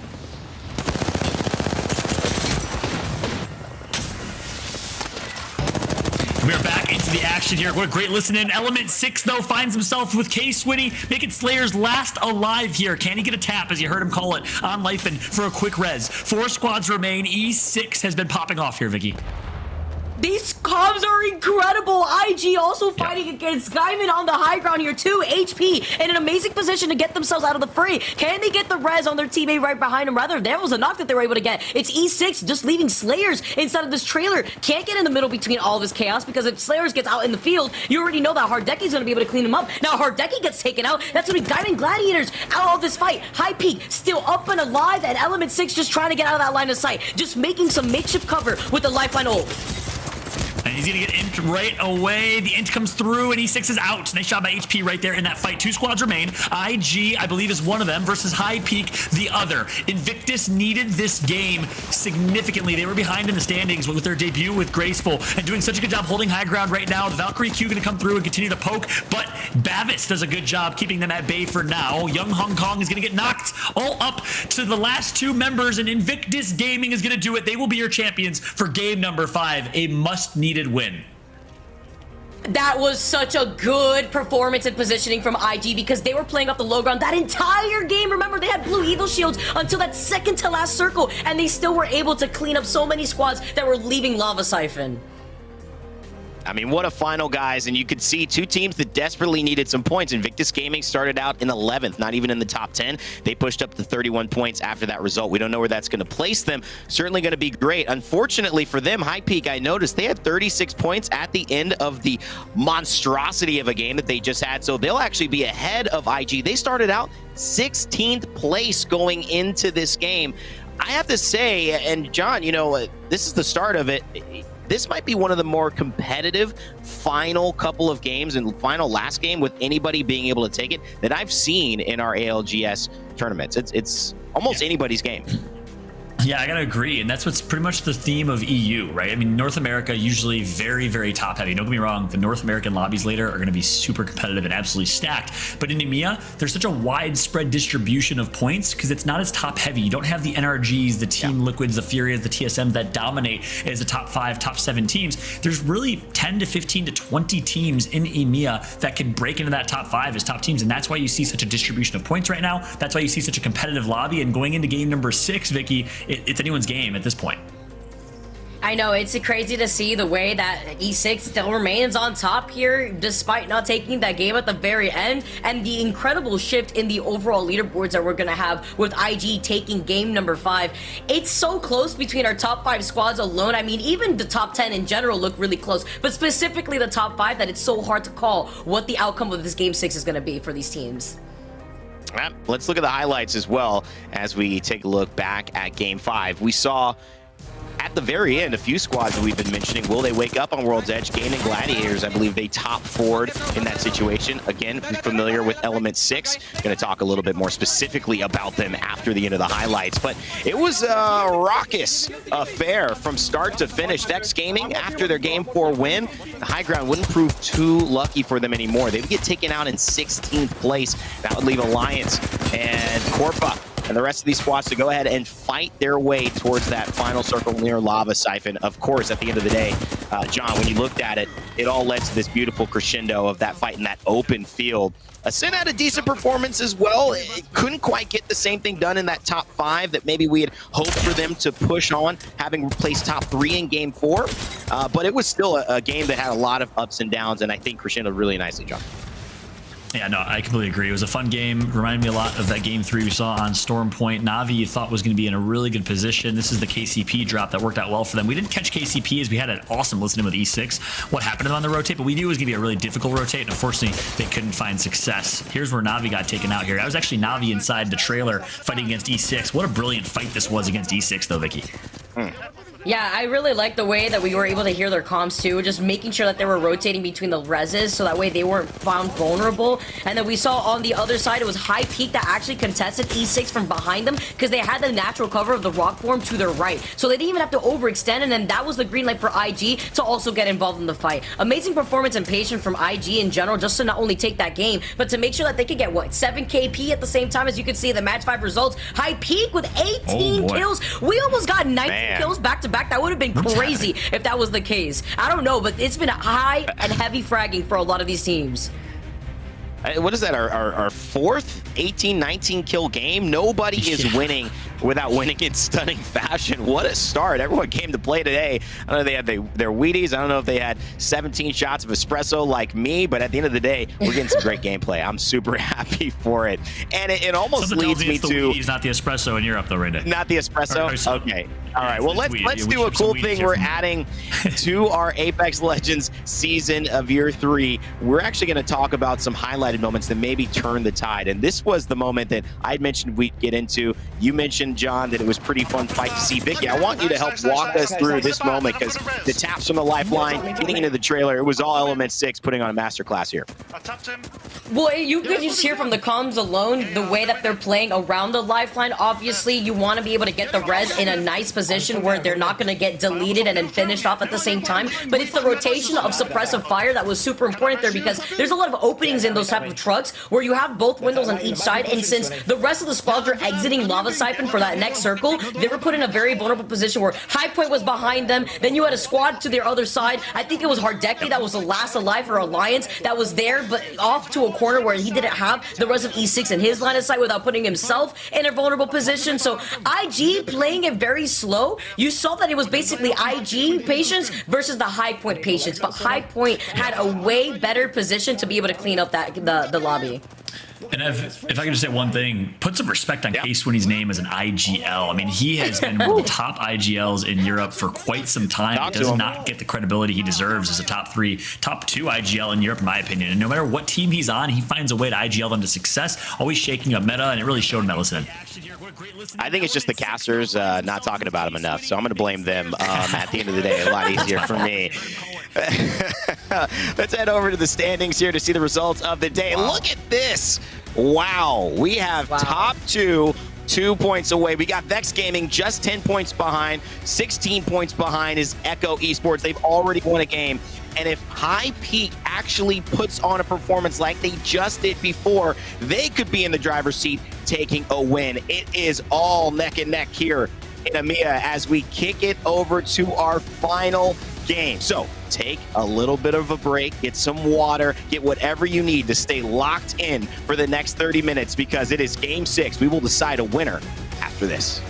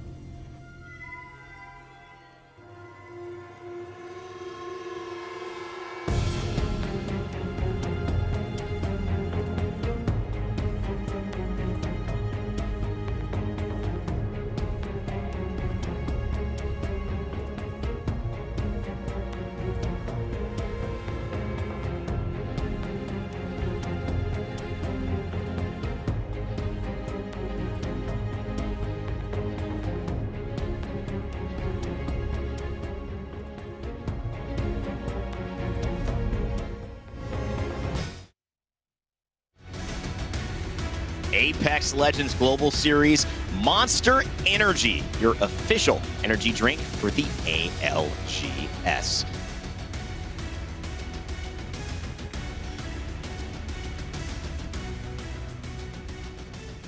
Welcome back, ladies and gentlemen. I told you it was just a quick break, so I hope you got your water, your coffee, whatever it is. I don't know. I'm on my 18th, whatever it is. But I don't need it because it's so exciting to see the action unfold. We've got 2 teams, 2 points away from first and second. So that's anybody's game. We've got a couple of teams after that, just 16 points separating our top 4. And, of course, the team in 5th and 6th place, we've got a chance to see them put on a banger. Can they do it back-to-back? Let's bring in John and Vicky to find out because Game 6 is almost underway, John. All right, Vicky, I want to start with you.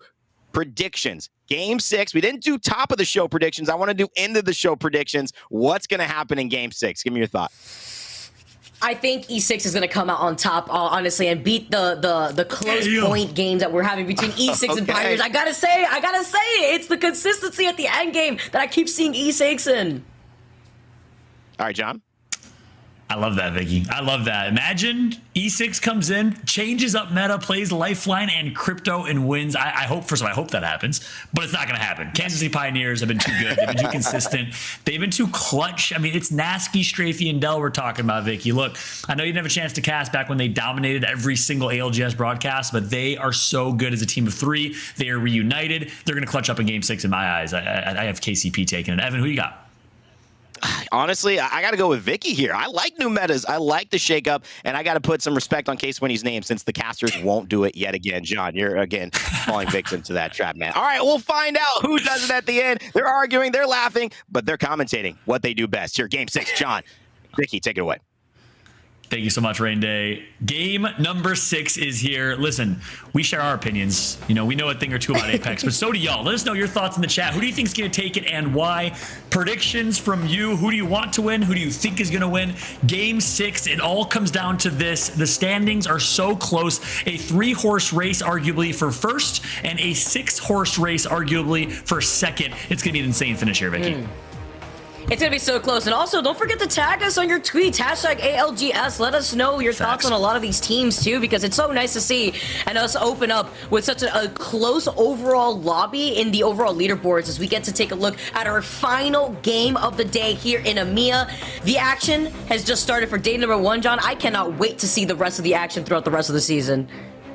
Absolutely. That's a great point, by the way. Tweet us your thoughts. We don't have a chance to see Twitch chat because obviously there's a little bit of a stream delay. So tweet us your thoughts. We'll read some of your tweets. At Fallout with 2 T's is my Twitter, at VickyKitty, and using the hashtag ALGS. We want to hear your predictions, your thoughts going into game number 6. Shout out to MQZGG saying 6-hour drive to go out of town for work a whole year and watching ALGS. Big shout out to MQZ and everyone else on Twitter engaging and tweeting out their thoughts. Tweet some pictures. I saw a tweet coming through of a father of a newborn last year. Now that newborn is 1 year old. He's watching with his daughter again this year, which you'd love to see. We'd love to see your thoughts using the hashtag ALGS. But the northern zone here, Vicky, a little change up here after 2 southern zones. I love it because I love going to the north side of World's Edge since we see so many southern circles at World's Edge, but give me the action, give me the shake-up when it comes to the last game. That's what I like to see. I also see a shake-up from Na'Vi, by the way. They're not landing and taking the 50-50 against Echo and Climatizer instead. They are landing in Tree. They're contesting HP instead. So that's nice to note because that does highlight the approach that some of these teams are taking, like Na'Vi, looking like they're trying to slow things down to play a lot more safe. They also have control over the beacon and Tree before deciding where they're going to go for that next circle. Yeah, that's right. KCP changed their loot spots up as well. They're actually going to loot a little bit further north as well, as opposed to the south split, which we saw from them previously. E6, our champions from last game, have won 2 games now. The only team to win 2 games in this series. Or sorry, not champions, but they did really, really well last game. They've obviously looked great with this Crypto and Lifeline team comp dropping over in Skyhook. I think they dropped Trials as well, so they'll get themselves a great amount of loot in the grand scheme of things here in Skyhook as they get ready for this last and final game. They, of course, will have Lifeline packages to boot as well, and given the Trials loot that they'll have, all in the hands of Lifeline, that means you're guaranteed. Again, that's one thing that is a reason Lifeline's become more viable. People realized if you have 3 purple items in the inventory of Lifeline, you're guaranteed a gold item in that care package, I believe. Yeah, you actually talked about it in one of our previous Apex Legends tournament, and I thought that was such very interesting information to note because not only that, you have your Lifeline land over in Trials, get all that loot, there you go. You're set up with the Lifeline composition for the rest of the game. You don't have to fight for that or wait for your care packages there too sometimes. As Turkish Stars, you get to tune into our Turkish team, make the rotation around this POI. It's nice to note with a northern circle that we're going to be seeing the likes of Countdown and Skyhook contested more early on in the game. We did see KCP beyond the wall as well make their rotation already in that direction as well. So there's going to be 3 to 4 squads already in the Skyhook area that you have to look out for. All right, as things slow down here, I want to take a moment to say shout out to Hydreigon and happy birthday to Hydreigon. Just tweeted out saying it's their birthday today. She sent some love. Big shout out to Hydreigon again. Everyone that's tweeting, enjoying, and engaging in the conversation here. Let us know your thoughts heading into this game 6. Will the Kansas City Pioneers clutch up? Well, guess what? We have a KCP versus E6 early potential fight to ensue. Likely these teams won't take this fight here in early game, but with a Skyhook possible finish, you see a lot of teams early rotating, getting themselves some real estate, but might be foreshadowing for what's to come at the end of this game here. Number 1 versus number 2 right next to each other, Vicky. That is interesting as it gets. We're not writing the script, I promise. This is actually so interesting to see that E6 is sharing some of that real estate right neighboring next door to Pioneers. So depends on how they want to approach this. They have the information with that beacon being on the Crypto, but that's something that we've also seen Nasky utilize for their own team composition. So basically, you're going to have congested skies. It doesn't look like it's very friendly to fly out today because of all these Crypto drones out and about. You would think that Game of Drones is getting invited to this party here, but no. You see the EMP coming in. It's Horizon on the outskirts, E6 in the middle, but they can't fully send it because if they do, then that's going to be the green light for Pioneers to clean them up too. So damage, a little poking and prodding early here. And here comes the first knock. It's going to be Sir Del on Horizons 0-0. So both E6 and KCP are obviously going tit for tat, point for point here. Every point, every kill matters. KCP gets that one. 1 kill point on the board for the Kansas City Pioneers over E6, but it could have been either teams. Get to see E6 just waiting patiently as the lifeline care packages do drop right in front of E6. KCP just going to take their time. It's going to be Slayers that's going to just poke around to see what they could get. Oh, nice little purple Evo shield for the squad. You'd love to see it. Wondering what's on the other side of that care package, but then you put yourself at risk of being in the line of sight of KCP. Looking at this loot, though, yeah, you have limited energy ammo, but you also got that gold extended energy mag. That's always nice to have, so that way you can have your G7 out real quick before your Volt automatically reloads. E6, I like the slower approach that they're taking. You could expect KCP to take a very similar approach too, just bunkering down inside of that tall building, which is going to give them a better positional advantage. But my eyes are also for the teams that are going to utilize that Skyward dive from the Valkyrie to get into that middle tall building that's in this area of Skyhook. Meanwhile, we will hear a res come through, and it looks like BSC on the rotate. It's going to be strongest. That's the 3 Muppets. Guess what? Little did they know, there's 7 bajillion teams nearby. This could be very, very scary for them. They might take the lower part of this multi-floor lobby. It looks like they will try to do so. Will KCP let them live below them is the question. Will they coexist, or will KCP decide to ape? If KCP decides to push this, well, that means a third party could come through from E6, and that could be the end of their tournament. So they're going to play this really slow, really wise.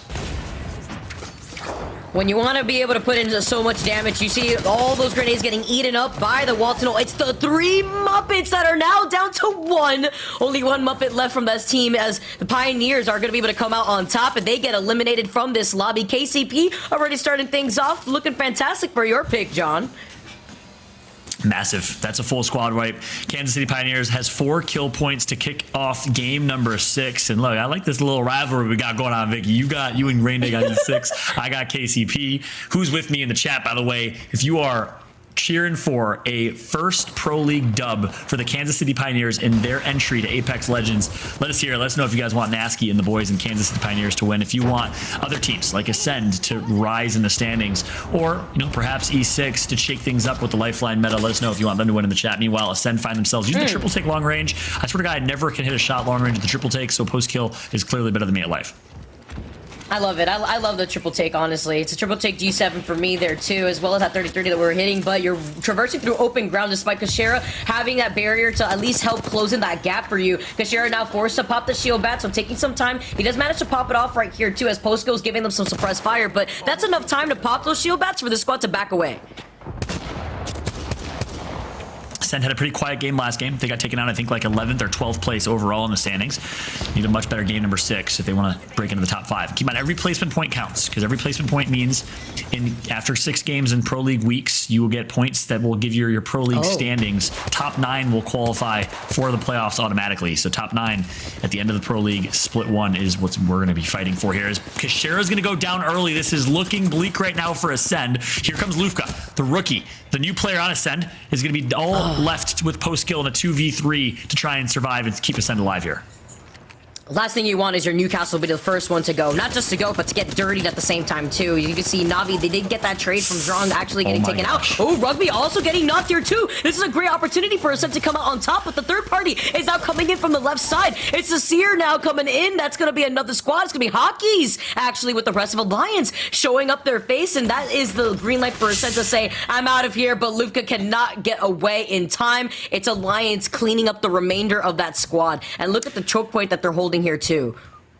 Yeah, such a brilliant decision from Alliance and Hockey. This is what they do well. Obviously, in these game 6, when they have slow starts, they find a way to stay relevant. Right now, 15th place, not looking very relevant in the grand scheme of the standings, but a big game in game 6 can break them into the top 10, can help them earn at least a few Pro League points so they don't have to do that miraculous split 2, 3-week absolute dominant run that they did last year, which was insane. For those that missed it, Alliance had a terrible start to split 2 Pro League, and then to qualify for playoffs in their hometown of Stockholm, Sweden, went on an absolute tear, winning 3 out of the 4 last weeks of Pro League to make it barely to the playoffs. Let's see if they can start a little bit stronger here today with a big game 6. Fallout, I don't know if you caught that, but Alliance is running the Pathfinder, by the way. So that is interesting to bring out to your final game. Okay, we got the mix-up. We got. I like to see this in our final game, but we also got to see them holding onto that sniper building that you could see them situated into the left side of the choke point that they originally cleaned up Ascend in. So they're just waiting to circle keep all of these squads that are leaving Countdown. I mean, look at this. You got Vexed out here. You got Heroes. I see another team over to the side. The tech's a little small for me to see, but there's 3 squads that are going to be in the line of sight of Alliance with little to no cover, which is going to be like a Thanksgiving feast for Alliance coming early. Wow. I mean, when I started talking about Alliance right there, I was going to say they probably are running a different team comp. You know, they're not a team that's afraid to adjust their team comp if things are not working. But Pathfinder, that was the last thing I would have expected. I'd probably, with the last legend I would have thought we'd see in today's lineup. Maybe Mirage is last, but second to last. We have a path on display here. If we can jump aboard with Alliance, they are next to 3 or 4 other teams in an interesting fight. Meanwhile, Echo finds himself in an interesting fight as well on the north side of the tunnel with dead side of the zone. So a lot less risk than we see Alliance fighting in on the south side. Should be really interesting. Let's not forget that Echo landing in Climatizer didn't get contested this game against Navi, who landed in Tree instead. So Echo had a good amount of loot in the northern side of the map to be able to rotate in this direction. As you can see, Seer Tech for Seer Tech, as they're just trying to get enough of that information. Ooh, trying to take a shot with the Sentinel. Misses that first initial shot, but doesn't see somebody on the other side of that truck just yet. We're just going to be able to wait to see what Echo Esports wants to do, but the second shot that he lands is going to be able to find its mark. 70 damage on that, but not going to be able to fully contest because they want to hold the north side of the circle without giving up the real estate that's their south, which is survey. That's right. Echo will find themselves in a bit of a standoff here on the north side, and they're going to eventually have to push, meanwhile, towards the south side of the map. We do know we had Vexed, we had Alliance, and 2 or 3 other teams nearby, and they're going to have to make their rotate, and not all of them are going to survive. So it could be the end of this Game 6 potential run from Alliance. Can Vexed, who had a dominant game number 4, show up big in Game 6? Those are some of the questions I'm really looking out for. Meanwhile, Kansas City Pioneers and others in Skyhook are in a really, really good spot. They're already well positioned, so all eyes on these other teams. It looks like Horizon versus Vexed is ensuing 0-0, almost down to 0 HP, as he's going to find a way to survive. Also means that Vex took a longer rotation away from Countdown north towards Skyhook instead of going into the line of sight of Alliance, as Heroes is also going to take the real estate inside of this building. They're playing on the outskirts, but sometimes this rotation could be risky, even though it's a safer option because it has more cover, because now you're going to be forced to transcend from the low to high ground of that uphill that leads outside of Skyhook towards where that beacon building usually is north of Fragment West. Yeah, and so many of these teams predicted a Skyhook finish incorrectly. You saw every team rotate straight to Skyhook thinking they'd be ending there, but now those teams are going to have to rotate through inside tunnels. An interesting zone. We haven't seen a lot of this zone. Usually when it's a northwest or northern circle, you do see a Skyhook finish, but instead going towards survey camp and in tunnels. So this will be a tough rotate for Heroes, for Alliance, for Vexed, and so many others. I'd love to check in and see where the Kansas City Pioneers are, how they rotated, where E6 is and how they rotated, and do a little whip around a couple teams to see what their positioning is looking like going into this late game. Still 17 squads remaining.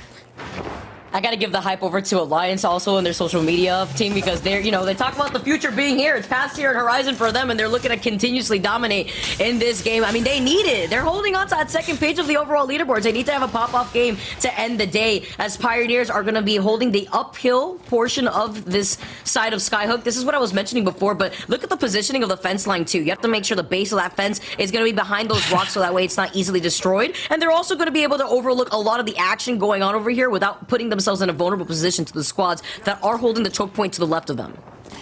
That flex, the fence is straight leaning. I don't know how it's standing up straight. As we see nearby on the decline here, KCP doing such a good job gatekeeping everyone else back towards Skyhook. Can they pick up the kill points, though, is the question. Alliance playing this well. Hero is going to be eliminated to the hands of Corpa. Meanwhile, the Kansas City Pioneers riding this edge with E6 in shambles nearby. That might be the end of Vicky and Rain Day's Game 6 prediction here, as Slayer is going to be fighting 0-0, and the Turkish Stars eliminated. Corpa eliminated. The Kansas City Pioneers in a difficult, deep rotate will have to play this into a listen-in with KCP to see how they fare. We need to TP. We should go kill them, though. I think we should go kill all of this. Yes. Alright, I'm fucked. I'm with you, Del. I'm behind you, Del. I'm batting, Del. The Valkyrie is right here. They're ulted. No EMP. Careful, scan it. Back. Yeah. Go different. Gonna pick some from here. Can I? Careful behind you, Max. Careful behind you. Is it something Up to more? us. They're picking me from behind. Gen on me. Ahead of that. Vex. Nice. I died. Stay alive. This is Vex. My guy died. I can't stay alive. Fucking lucky. Oh, they were just all alive, or Vex. That's not good. Vex is gonna win. And just like that, I get a tweet from a man Zephyr saying, don't sleep on Vexed, and Vexed eliminates KCP and tries to find a way to take a first place finish in this lobby. KCP is out, E6 is out, and Vexed has an opportunity of a lifetime, but Forge says, hey, it's time for our revenge from game number 4. Can they win the 3v3 against Vexed, who is already in shambles from KCP? Yes, they do. Vexed is eliminated as well.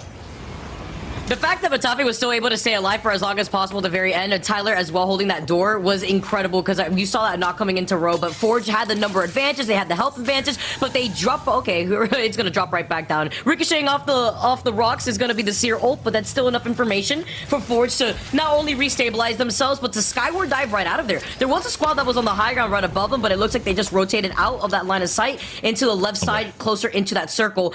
Alliance also in some trouble. You can see them just holding on for cover for dear life behind that limited crate that they have in the line of sight of HP.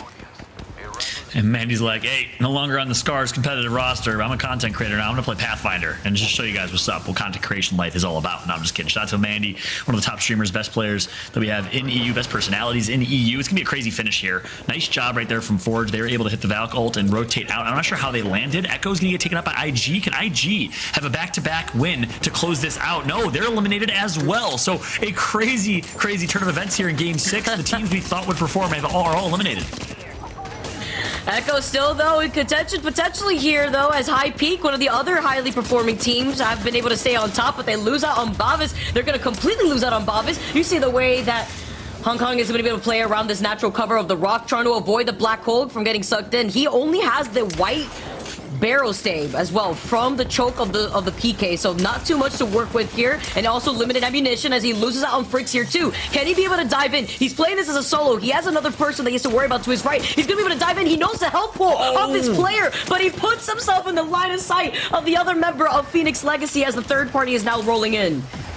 Insane. He missed the PK shot that he needed. That could have taken out Sabs, but instead Sabs clutches up. Phoenix Legacy is going to be eliminated, though, to the hands of BFG, Bitfix Gaming, the newcomers to the ALGS. But Forge, who hit that rotation after taking out Vex, is alive and well. Digi, currently knocked. Jay Savage and Ro are going to be the last two alive. The all-French squad going to have to hit reset, heal back up, and play as a team of 2 here.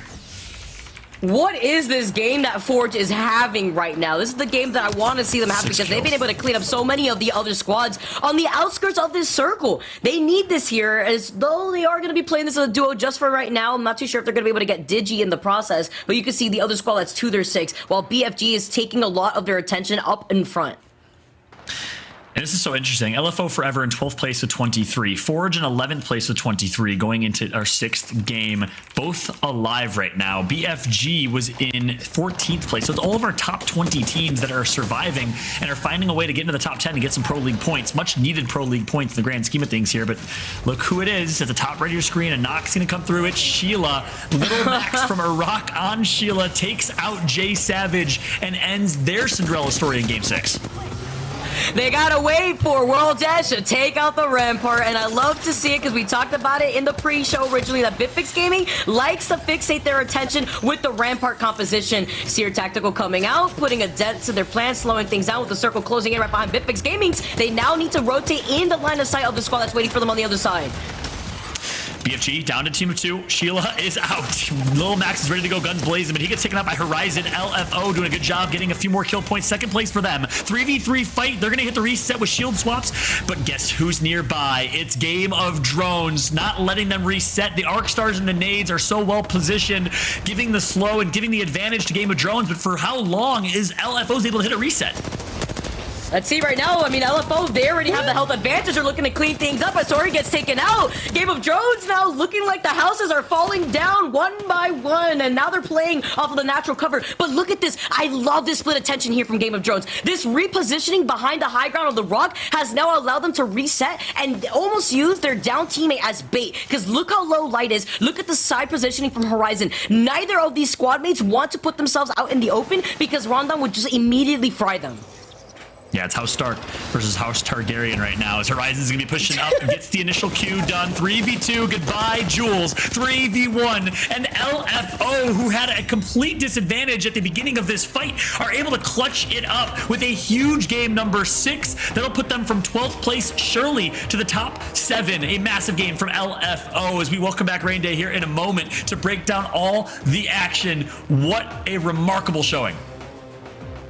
Wow, LFO from the bottom to the top, 12th place, John. 43 points as we started the game. If it finished that way, would have put them even above Echo Esports if they were unable to get a point. They would be in 4th place, but again, we have to tally what did Echo do. Also, did Element 6, did Pioneers do enough to kind of pad their lead, or did Vex Gaming, after wiping them and having a couple of team fight wins, do enough to take away what was, I believe, only about a 10-point lead at the very top for first? You could hear a little bit of dejection when they died, saying we might have given Vex too much. All of these questions about to be answered here, but let's just take it away. John, initial impressions. What a finish to this tournament. What a finish to Game 6, too. A lot of teams at the bottom had some really strong finishes today. Yeah, absolutely. Breaking down and speaking to that Game 6 in particular, I think KCP did enough, Evan. They got 4 or 5 kill points, and they were the longest lasting team. Vex got taken out right after, so it might have been 1 placement point, if even that extra. But the 4 or 5 or 6 KP that KCP picked up, plus the 8-point lead that they had, I think was enough to leapfrog Element 6 in first and take home the dub. We'll find out when we get to the standings here in a moment, but here's the point where Pioneers got taken on at 3v3. Yeah, Vicky, it was all down to the wire for them throughout this game. They had to perform, and it seems like they might have. Yeah, it was a scary situation here for E6 to just not only be funneled inside this building, but we saw so many other third parties come in right after that, after Vex was able to clean up E6 there at the same time as LFO, who managed to come out on top. Like you mentioned before, a lot of our lower end squads making sure that they could put themselves back on board. Game of Drones, Bitfix Gaming, Forge, LFO, Phoenix Legacy as well, having a great game. But LFO at the very end, I believe they cleaned up a total of 8 kills before securing that dub for that final game. And as I always say, it's better late than never, okay? Gotta agree with you on that one. LFO certainly does. 20 points. Not as many kills, but that's a solid performance on the day. Game of Drones, 2nd place as well. Very strong performance from Game of Drones heading into EMEA. This is a team to look out for no matter what matchup they're playing, whether it's Group A, B, or C versus each other. Bitfix Gaming, too, strong finish as well as Forge, and rounding out that top 5 with Phoenix Legacy. Echo Esports, they got 4 points. We could see it here. IG International, Gaming Gliders, they weren't in the mix, but Echo with 4 points. Was that enough considering that LFO had 20 and was actually nearing taking 4th place away from them? But here's what you wanted to see, John. Vex and Pioneers, did they do enough? And Element 6 certainly did. That's right. KCP was down by 2 points. They get 7, a +5 differential, which means they are on top of the game. And here you go. Pioneers in their debut of the ALGS go back-to-back with wins, by the way. After winning the Rewired Land Festival in Arkansas, they win day 1 of Split 1 here in year 3 of ALGS. Congratulations to KCP, continuing their dominance as a team of 3. Ooh, I love it. I love seeing this, Rain. I love seeing this follow. All right. There's no talent predictions here, but I have to give it to KCP because not only do they stay out on top with Strafey in addition to this full squad finally being together, but E6 also, we have to give them some credit, okay? Because bringing in Life In from Horizon Union has allowed them to also consistently be 3 points behind our first place squad that is KCP. So great performance in general for a lot of these teams. I mean, this overall leaderboard for our top 5 squads is so close. Yep.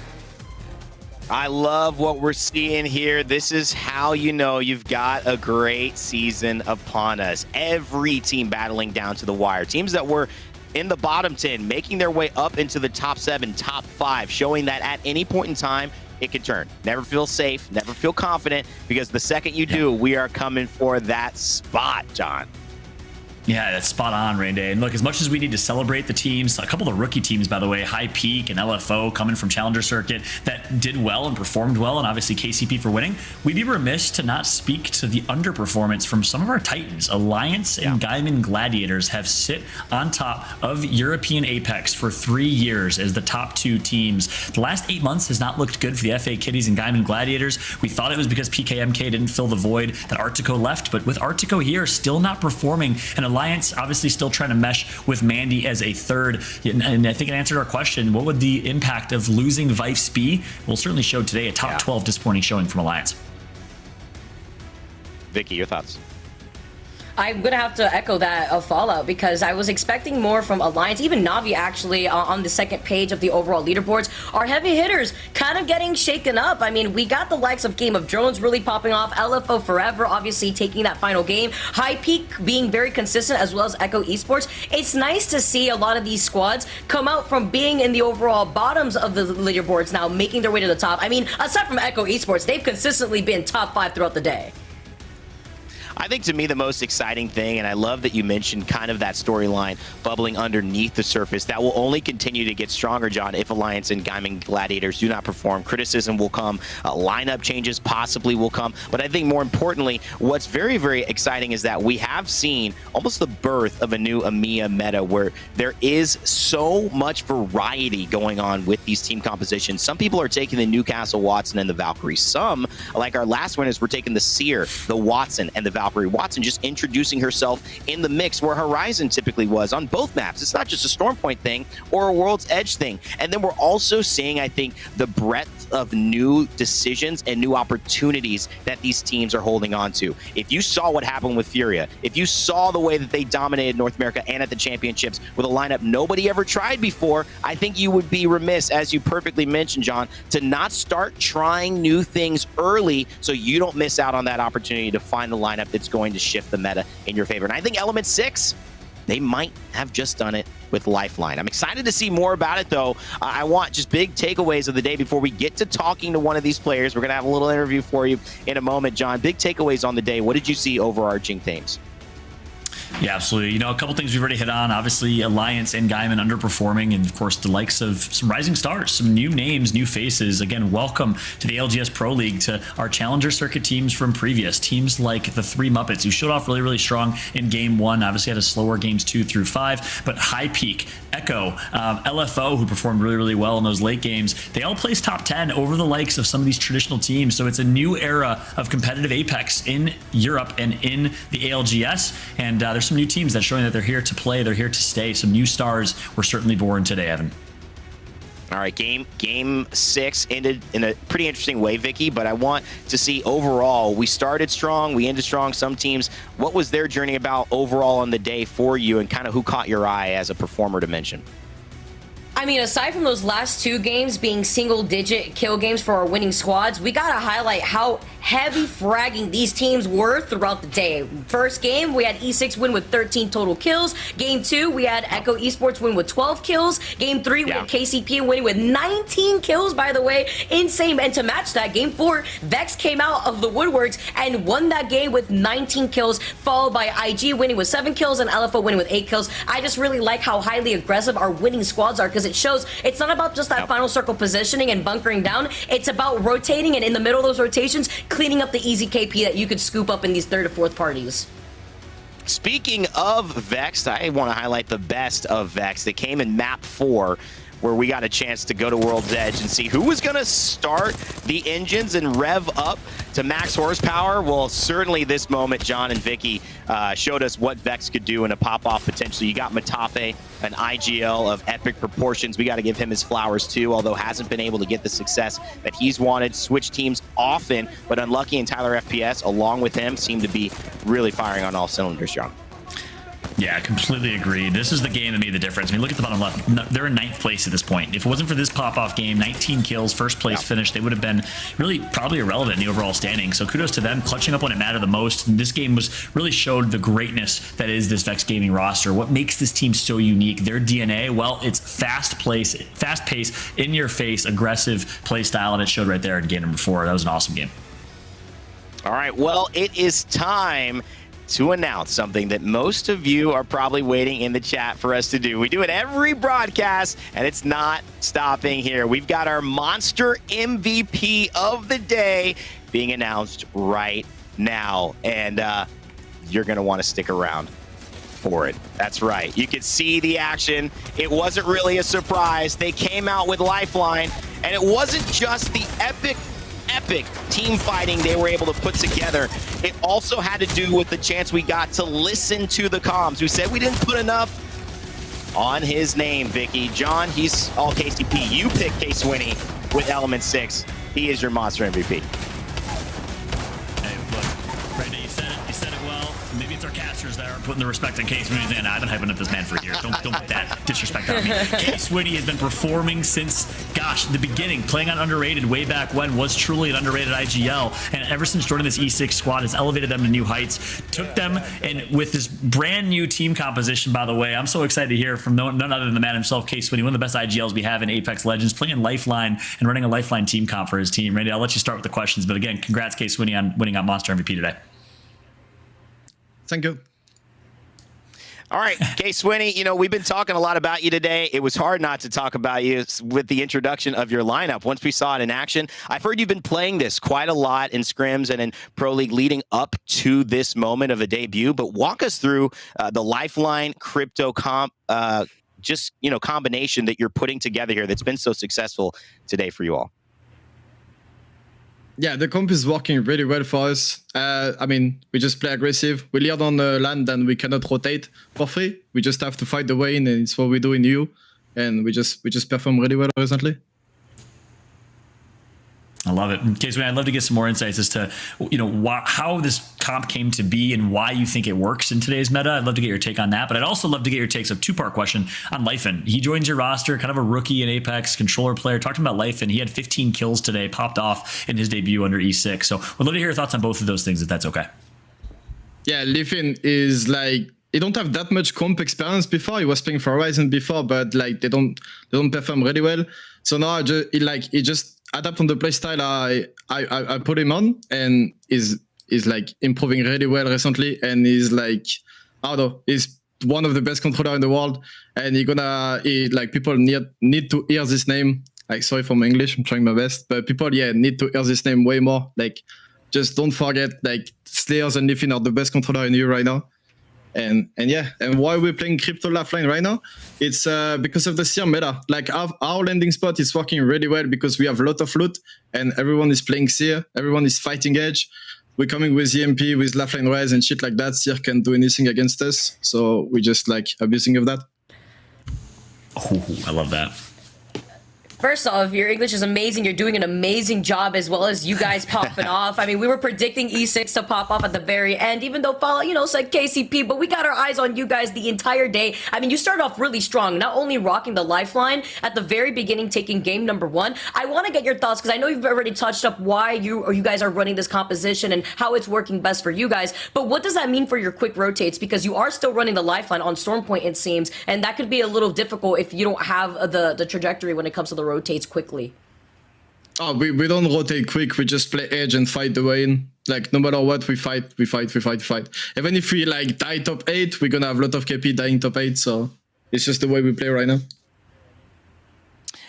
Thank you so much, K-Swinney, for chatting. I have one question to leave with, because I always love to know the mentality of the competitor. And you, obviously, in the thick of things, 4-6 games, the first day, it's got a lot of energy behind it. What's one thing that you're taking away from today? You didn't get first place, but you had a great showing. So what's one thing that you're working on and taking away from this performance that you're going to bring into the next time we see you in Pro League? I just know, like it's what we were looking for. People are still fighting on Edge. People are just like taking fight. We have open space on when we come in zone. So yeah, today unfortunately it's 2 game. Sorry for my teammate. Like, they deserve the win today, but we're gonna get the next one. It's fine. Thank you so much, K-Swinney of Element 6. You've brought a lot of light to our day, and I'm sure the fans watching at home, bringing out the Lifeline, getting the W, getting the Monster MVP. Congratulations and good luck for the rest of Pro League. All right, that was your Monster Energy MVP. What an exciting moment we have there. And again, the Monster MVP is one of those things that stands out to us as a special recognition throughout these broadcasts of your Pro League. And you'll see it at LAN as well. We love it. We appreciate it. K20, congrats on getting the first one in the inaugural broadcast for year 3. As we bring back John and Vicky to close the show, I want your reactions, John, on a little moment of talking with K20. Yeah, my first thought and reaction is I love getting his insights as to why running Lifeline. I had a feeling it was because Lifeline is the only character that does not get canceled by Seer ults. That's a design principle that was tweeted by Jay Beebs officially. So that is the direct reason, the direct counter in his eyes. He can get reses off without getting canceled, which other teams obviously cannot. We saw it happen so many times where reses or respawns even got canceled by that Seer ult in just last moments, whereas Lifeline's able to get that pick. You heard the tap comms come through. So I loved his confidence. I always have respected his confidence as an IGL and top player, and it seems like E6 and KCP and Vexed are maybe the new era of top teams in EU. Vicky? Yeah, I mean, it also doesn't cancel the healing there, too. So the drone coming out in clutch as well. So that's really nice to know when it comes to these different comps. Also, last form of thoughts, apparently there was an earthquake while Nasky was playing in the Pro League. So can we just, all right, his literal Ethernet cord hanging by a thread from that. So shout out to Nasky for being safe. You know, KCP still being able to keep their cool throughout an earthquake. So that's interesting to note. But that's also a nice story to tell for our next broadcast within the EMEA region, Rain. Look at you, Vicky. Set me up. Just so smooth. It's tough to say goodbye, but, you know, I think you guys need a little bit of a break. You carried such a great weight in this broadcast. Excellent analysis and commentating. Fallout, Vicky, Kitty, thank you so much, and I'm excited to see you all very, very soon later on in the day. All right, that was it. We have started and begun and now finished our first of many, many broadcasts for Apex Legends Year 3. If it's anything like Year 2, it will be phenomenal and probably hard to put in words, but I will certainly do my best to do so alongside with the amazing talent that we've got on this broadcast and our upcoming broadcast. It's not over. Guess what? North America starts in about an hour and a half. Same channels where you're watching now. It's going to be the same channels that go live then. A great bio break, a long one, or a meal break if you need that too. Or if you want to go for a walk, get ready because North America will be here. For EMEA, thank you for putting on what an amazing show. My name is Rainy. Thanks to the producers and all of the broadcast team behind the scenes and in front of it. We will see you very soon. Remember to never give up, never stop gaming. See you in North America.